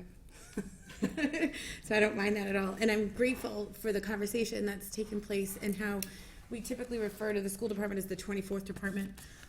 But that there's been discussion tonight about having it be, it's, from coast to coast, citywide. I don't like the comments of the school side and city side. And just to address, I am 100% in support of what Mr. Cooper is discussing. It's important to note, though, that, in 2010, the city did take a hit, and there were give-backs, but the school side, because there I go and say it anyway, the school, over the course of the last 10 years, they've had layoffs repeatedly, they've had furlough days, they lost 9 teachers last year, and they're part of the city. And so it's important, I know that in 2010 there were the give-backs, but they've done so, the school department has done that yearly as well. So I think that those, as long as someone's making the request to have these conversations with the 16 unions across the city, I think that's terrific.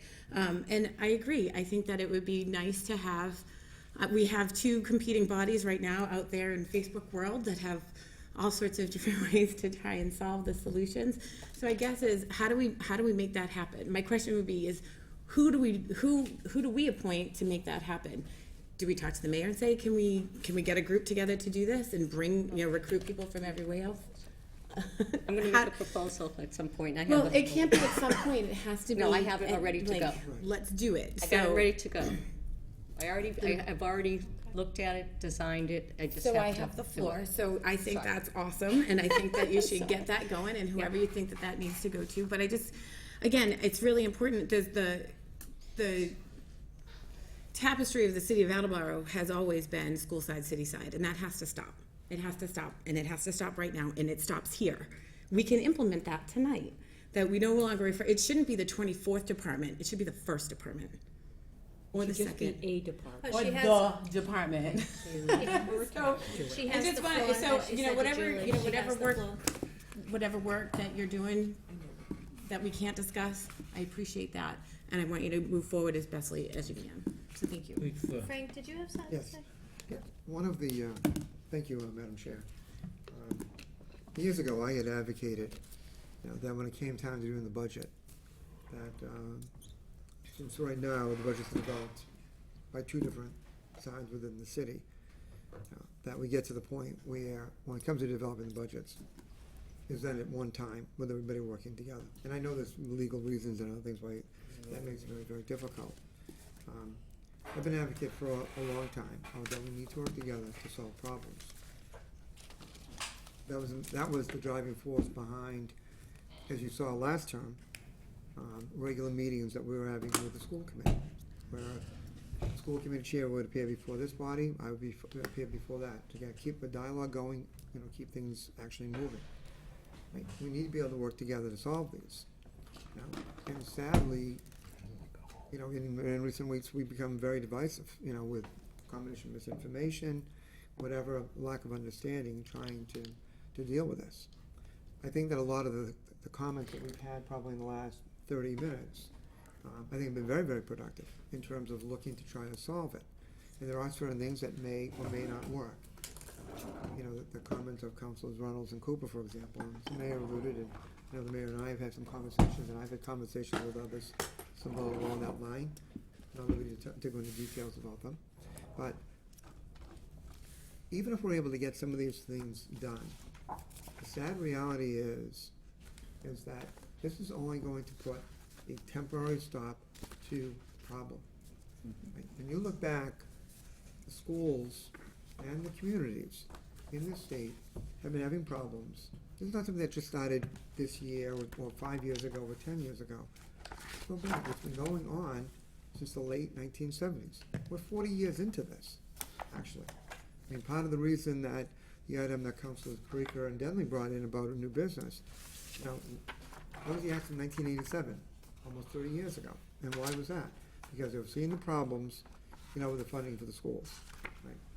Some of the other communities that we hear about that are doing great jobs in terms of funding their schools, those residents are paying 3-4 times more in residential property taxes than we are.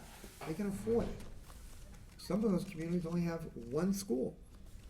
And some of the services that we provide, those communities do not provide. For example, an unaccepted street in Attleboro, we plow them. In other communities, some of whom that I've seen touted as giving, so much more money to the schools as I've been looking at them, they don't plow them. Some of those communities don't have mail delivery. They don't have rubbish pickup. They don't have public water. So therefore, they can't afford to be able to do a lot of these things. But I think within the city, fine, we have ideas right now that I think are very plausible to save some positions and stop some of the bleeding. But I hate to be the bearer of bad news, because I try to be an optimist in my real life. In 2 years, what was it, 2010, we came up with a solution. And about 3 years ago, we had another thing where we brought in the meals tax and some other items, to try to help solve the problem. But as communities, we keep going through these. Norton just went through it, override failed. North Attleboro's failed, what, twice with an override. Right? Problem is that all we are doing as individual communities is putting Band-Aids on these. The reality is, and if we look at our own homes, everything's going up. Fuel goes up, health insurance, especially in the last few years, has gone right through the roof. You know, we've been struggling with that as a city for how many years? I'm trying to get a handle on that. We need to start to work together, and not just within the city. Right now, we need to work together as a city to solve this problem. But we need to start to ban some of these other communities. The MMA, which a few of us have been more active in, and I know there's the commission that was set up, what, a year ago, 2 years ago, the mayor was the only mayor, I believe, that was on the commission relative to the funding of the schools. And it was very clear that the state is not doing enough in terms of the funding, right? They haven't done too much with that. We were one of, I think, 32 communities that signed as a council that resolution and sent it up to the governor and the state legislature relative to the funding. But what I think we really need to start to do, and again, you know, the item that Council Hall mentioned, she and I have had some conversations about that. I think within Attleboro that'll work, but I think we need to start to, after this budget process is over, we need to start to reach out to our counterparts as elected officials in other communities and start to work with them and approaching the state to kind of start to solve this problem. Because all we're doing is doing temporary things, but unfortunately, the state has a knack of coming down with, as you all know, unfunded mandates, you know, that things that we have to do, and it takes money out of these other things that we know that we have to do. So we need to start to reach out to the only way we're gonna solve this long term, right? Because again, we may solve this right now, maybe fine for 2 or 3 or 4 years. But I can guarantee you, 3 or 4 years from now, if we follow the current approach, you know, councils are gonna be sitting here, a mayor's gonna be sitting here, our budget directors are gonna be sitting here, and we're gonna be fighting the same thing all over again. We need to start to work and get the message up to the state. Period. That's where the real solution lies. They have to stop doing some of this other stuff.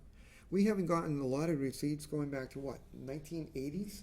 You know, I'm old enough to remember when we did not have lotteries in this state, right? We didn't. I can remember when we didn't even have a state sales tax. I'm really dating myself now.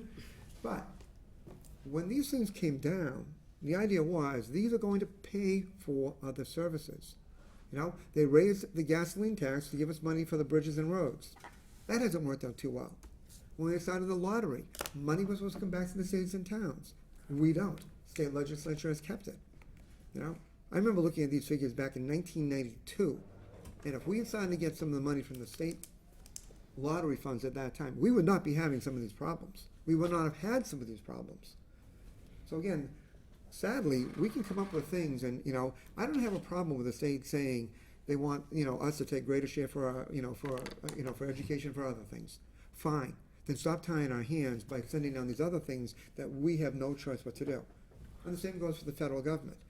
You know, when we were here during capital improvements, and I think that night at the end, it was only Councilor Connie, Councilor Delicia, and myself, you know, and Gary Arasian, talking about the unfunded federal mandate on stormwater, which is going to cost us $350,000 to $500,000 in year one. And you know that the federal government and the state government, whenever they say something's coming down, they always lowball the amount, right? It's going to be more than that as we go forward, right? And I did speak to one of our state representatives who spoke to somebody at the federal government about this and pointed out, you're going to bankrupt communities with the stormwater management. And I hate to tell you, and some of you know this, because you were there when this was said, and that federal official said, we don't care. You have to implement it, you will implement it, you will finance it, end of discussion. Right? So here's a federal official with full knowledge is gonna bankrupt, saying you're gonna do it anyways. And this is the type of thing we have to start fighting against. We're hurting ourselves by fighting among ourselves, demonizing ourselves in this community over a problem, you know, with false threats and everything else. The only way we're gonna solve this is to band together. We're gonna need to band together not only as a city, but with other communities. That's how we're gonna solve this long term. Elsewise, again, 3, 4 years from now, those of us who are sitting here, we're gonna be doing the very same thing that we've been doing here for several hours. We did a few years ago, we've done it in the past. Thank you. Okay, so, going forward, we have our meeting on the 6th, so that's gonna be Monday. And I tried to space everything out, and I do apologize if certain departments had to be moved and rescheduled, so thank you for your tolerance. I have been working diligently on this, and June 10th, which is a Friday, I've tried to put certain departments to kind of offset, so we're not, going on, try to break them down a little bit. And then the treasurer I'll have to move, because she's actually, gonna have to be moved, she couldn't confirm that. And I know right now, if there's anybody that, I just want you to think about this, if we need to add in, I know we're almost done, we have to get through the budget discussion, the process, have a public hearing, approve a budget, disapprove, whatever we have to do, so I was trying not to, come too close, so that's why I was trying to really be proactive to get discussions in. So we'll be here Monday, and then the parade is rescheduled for Saturday, unfortunately, I have to work, so I'm able to go to the parade, but, it's Saturday, so motion to adjourn? Second. Yeah, all in favor? What's, Aye. Aye. what's the dates again? Okay, June 6th, June 10th, June 13th, June 16th. Thank you. So we're gonna do budget administration some other night? Yeah. I was just gonna ask, they were good. Is anyone I missed? For the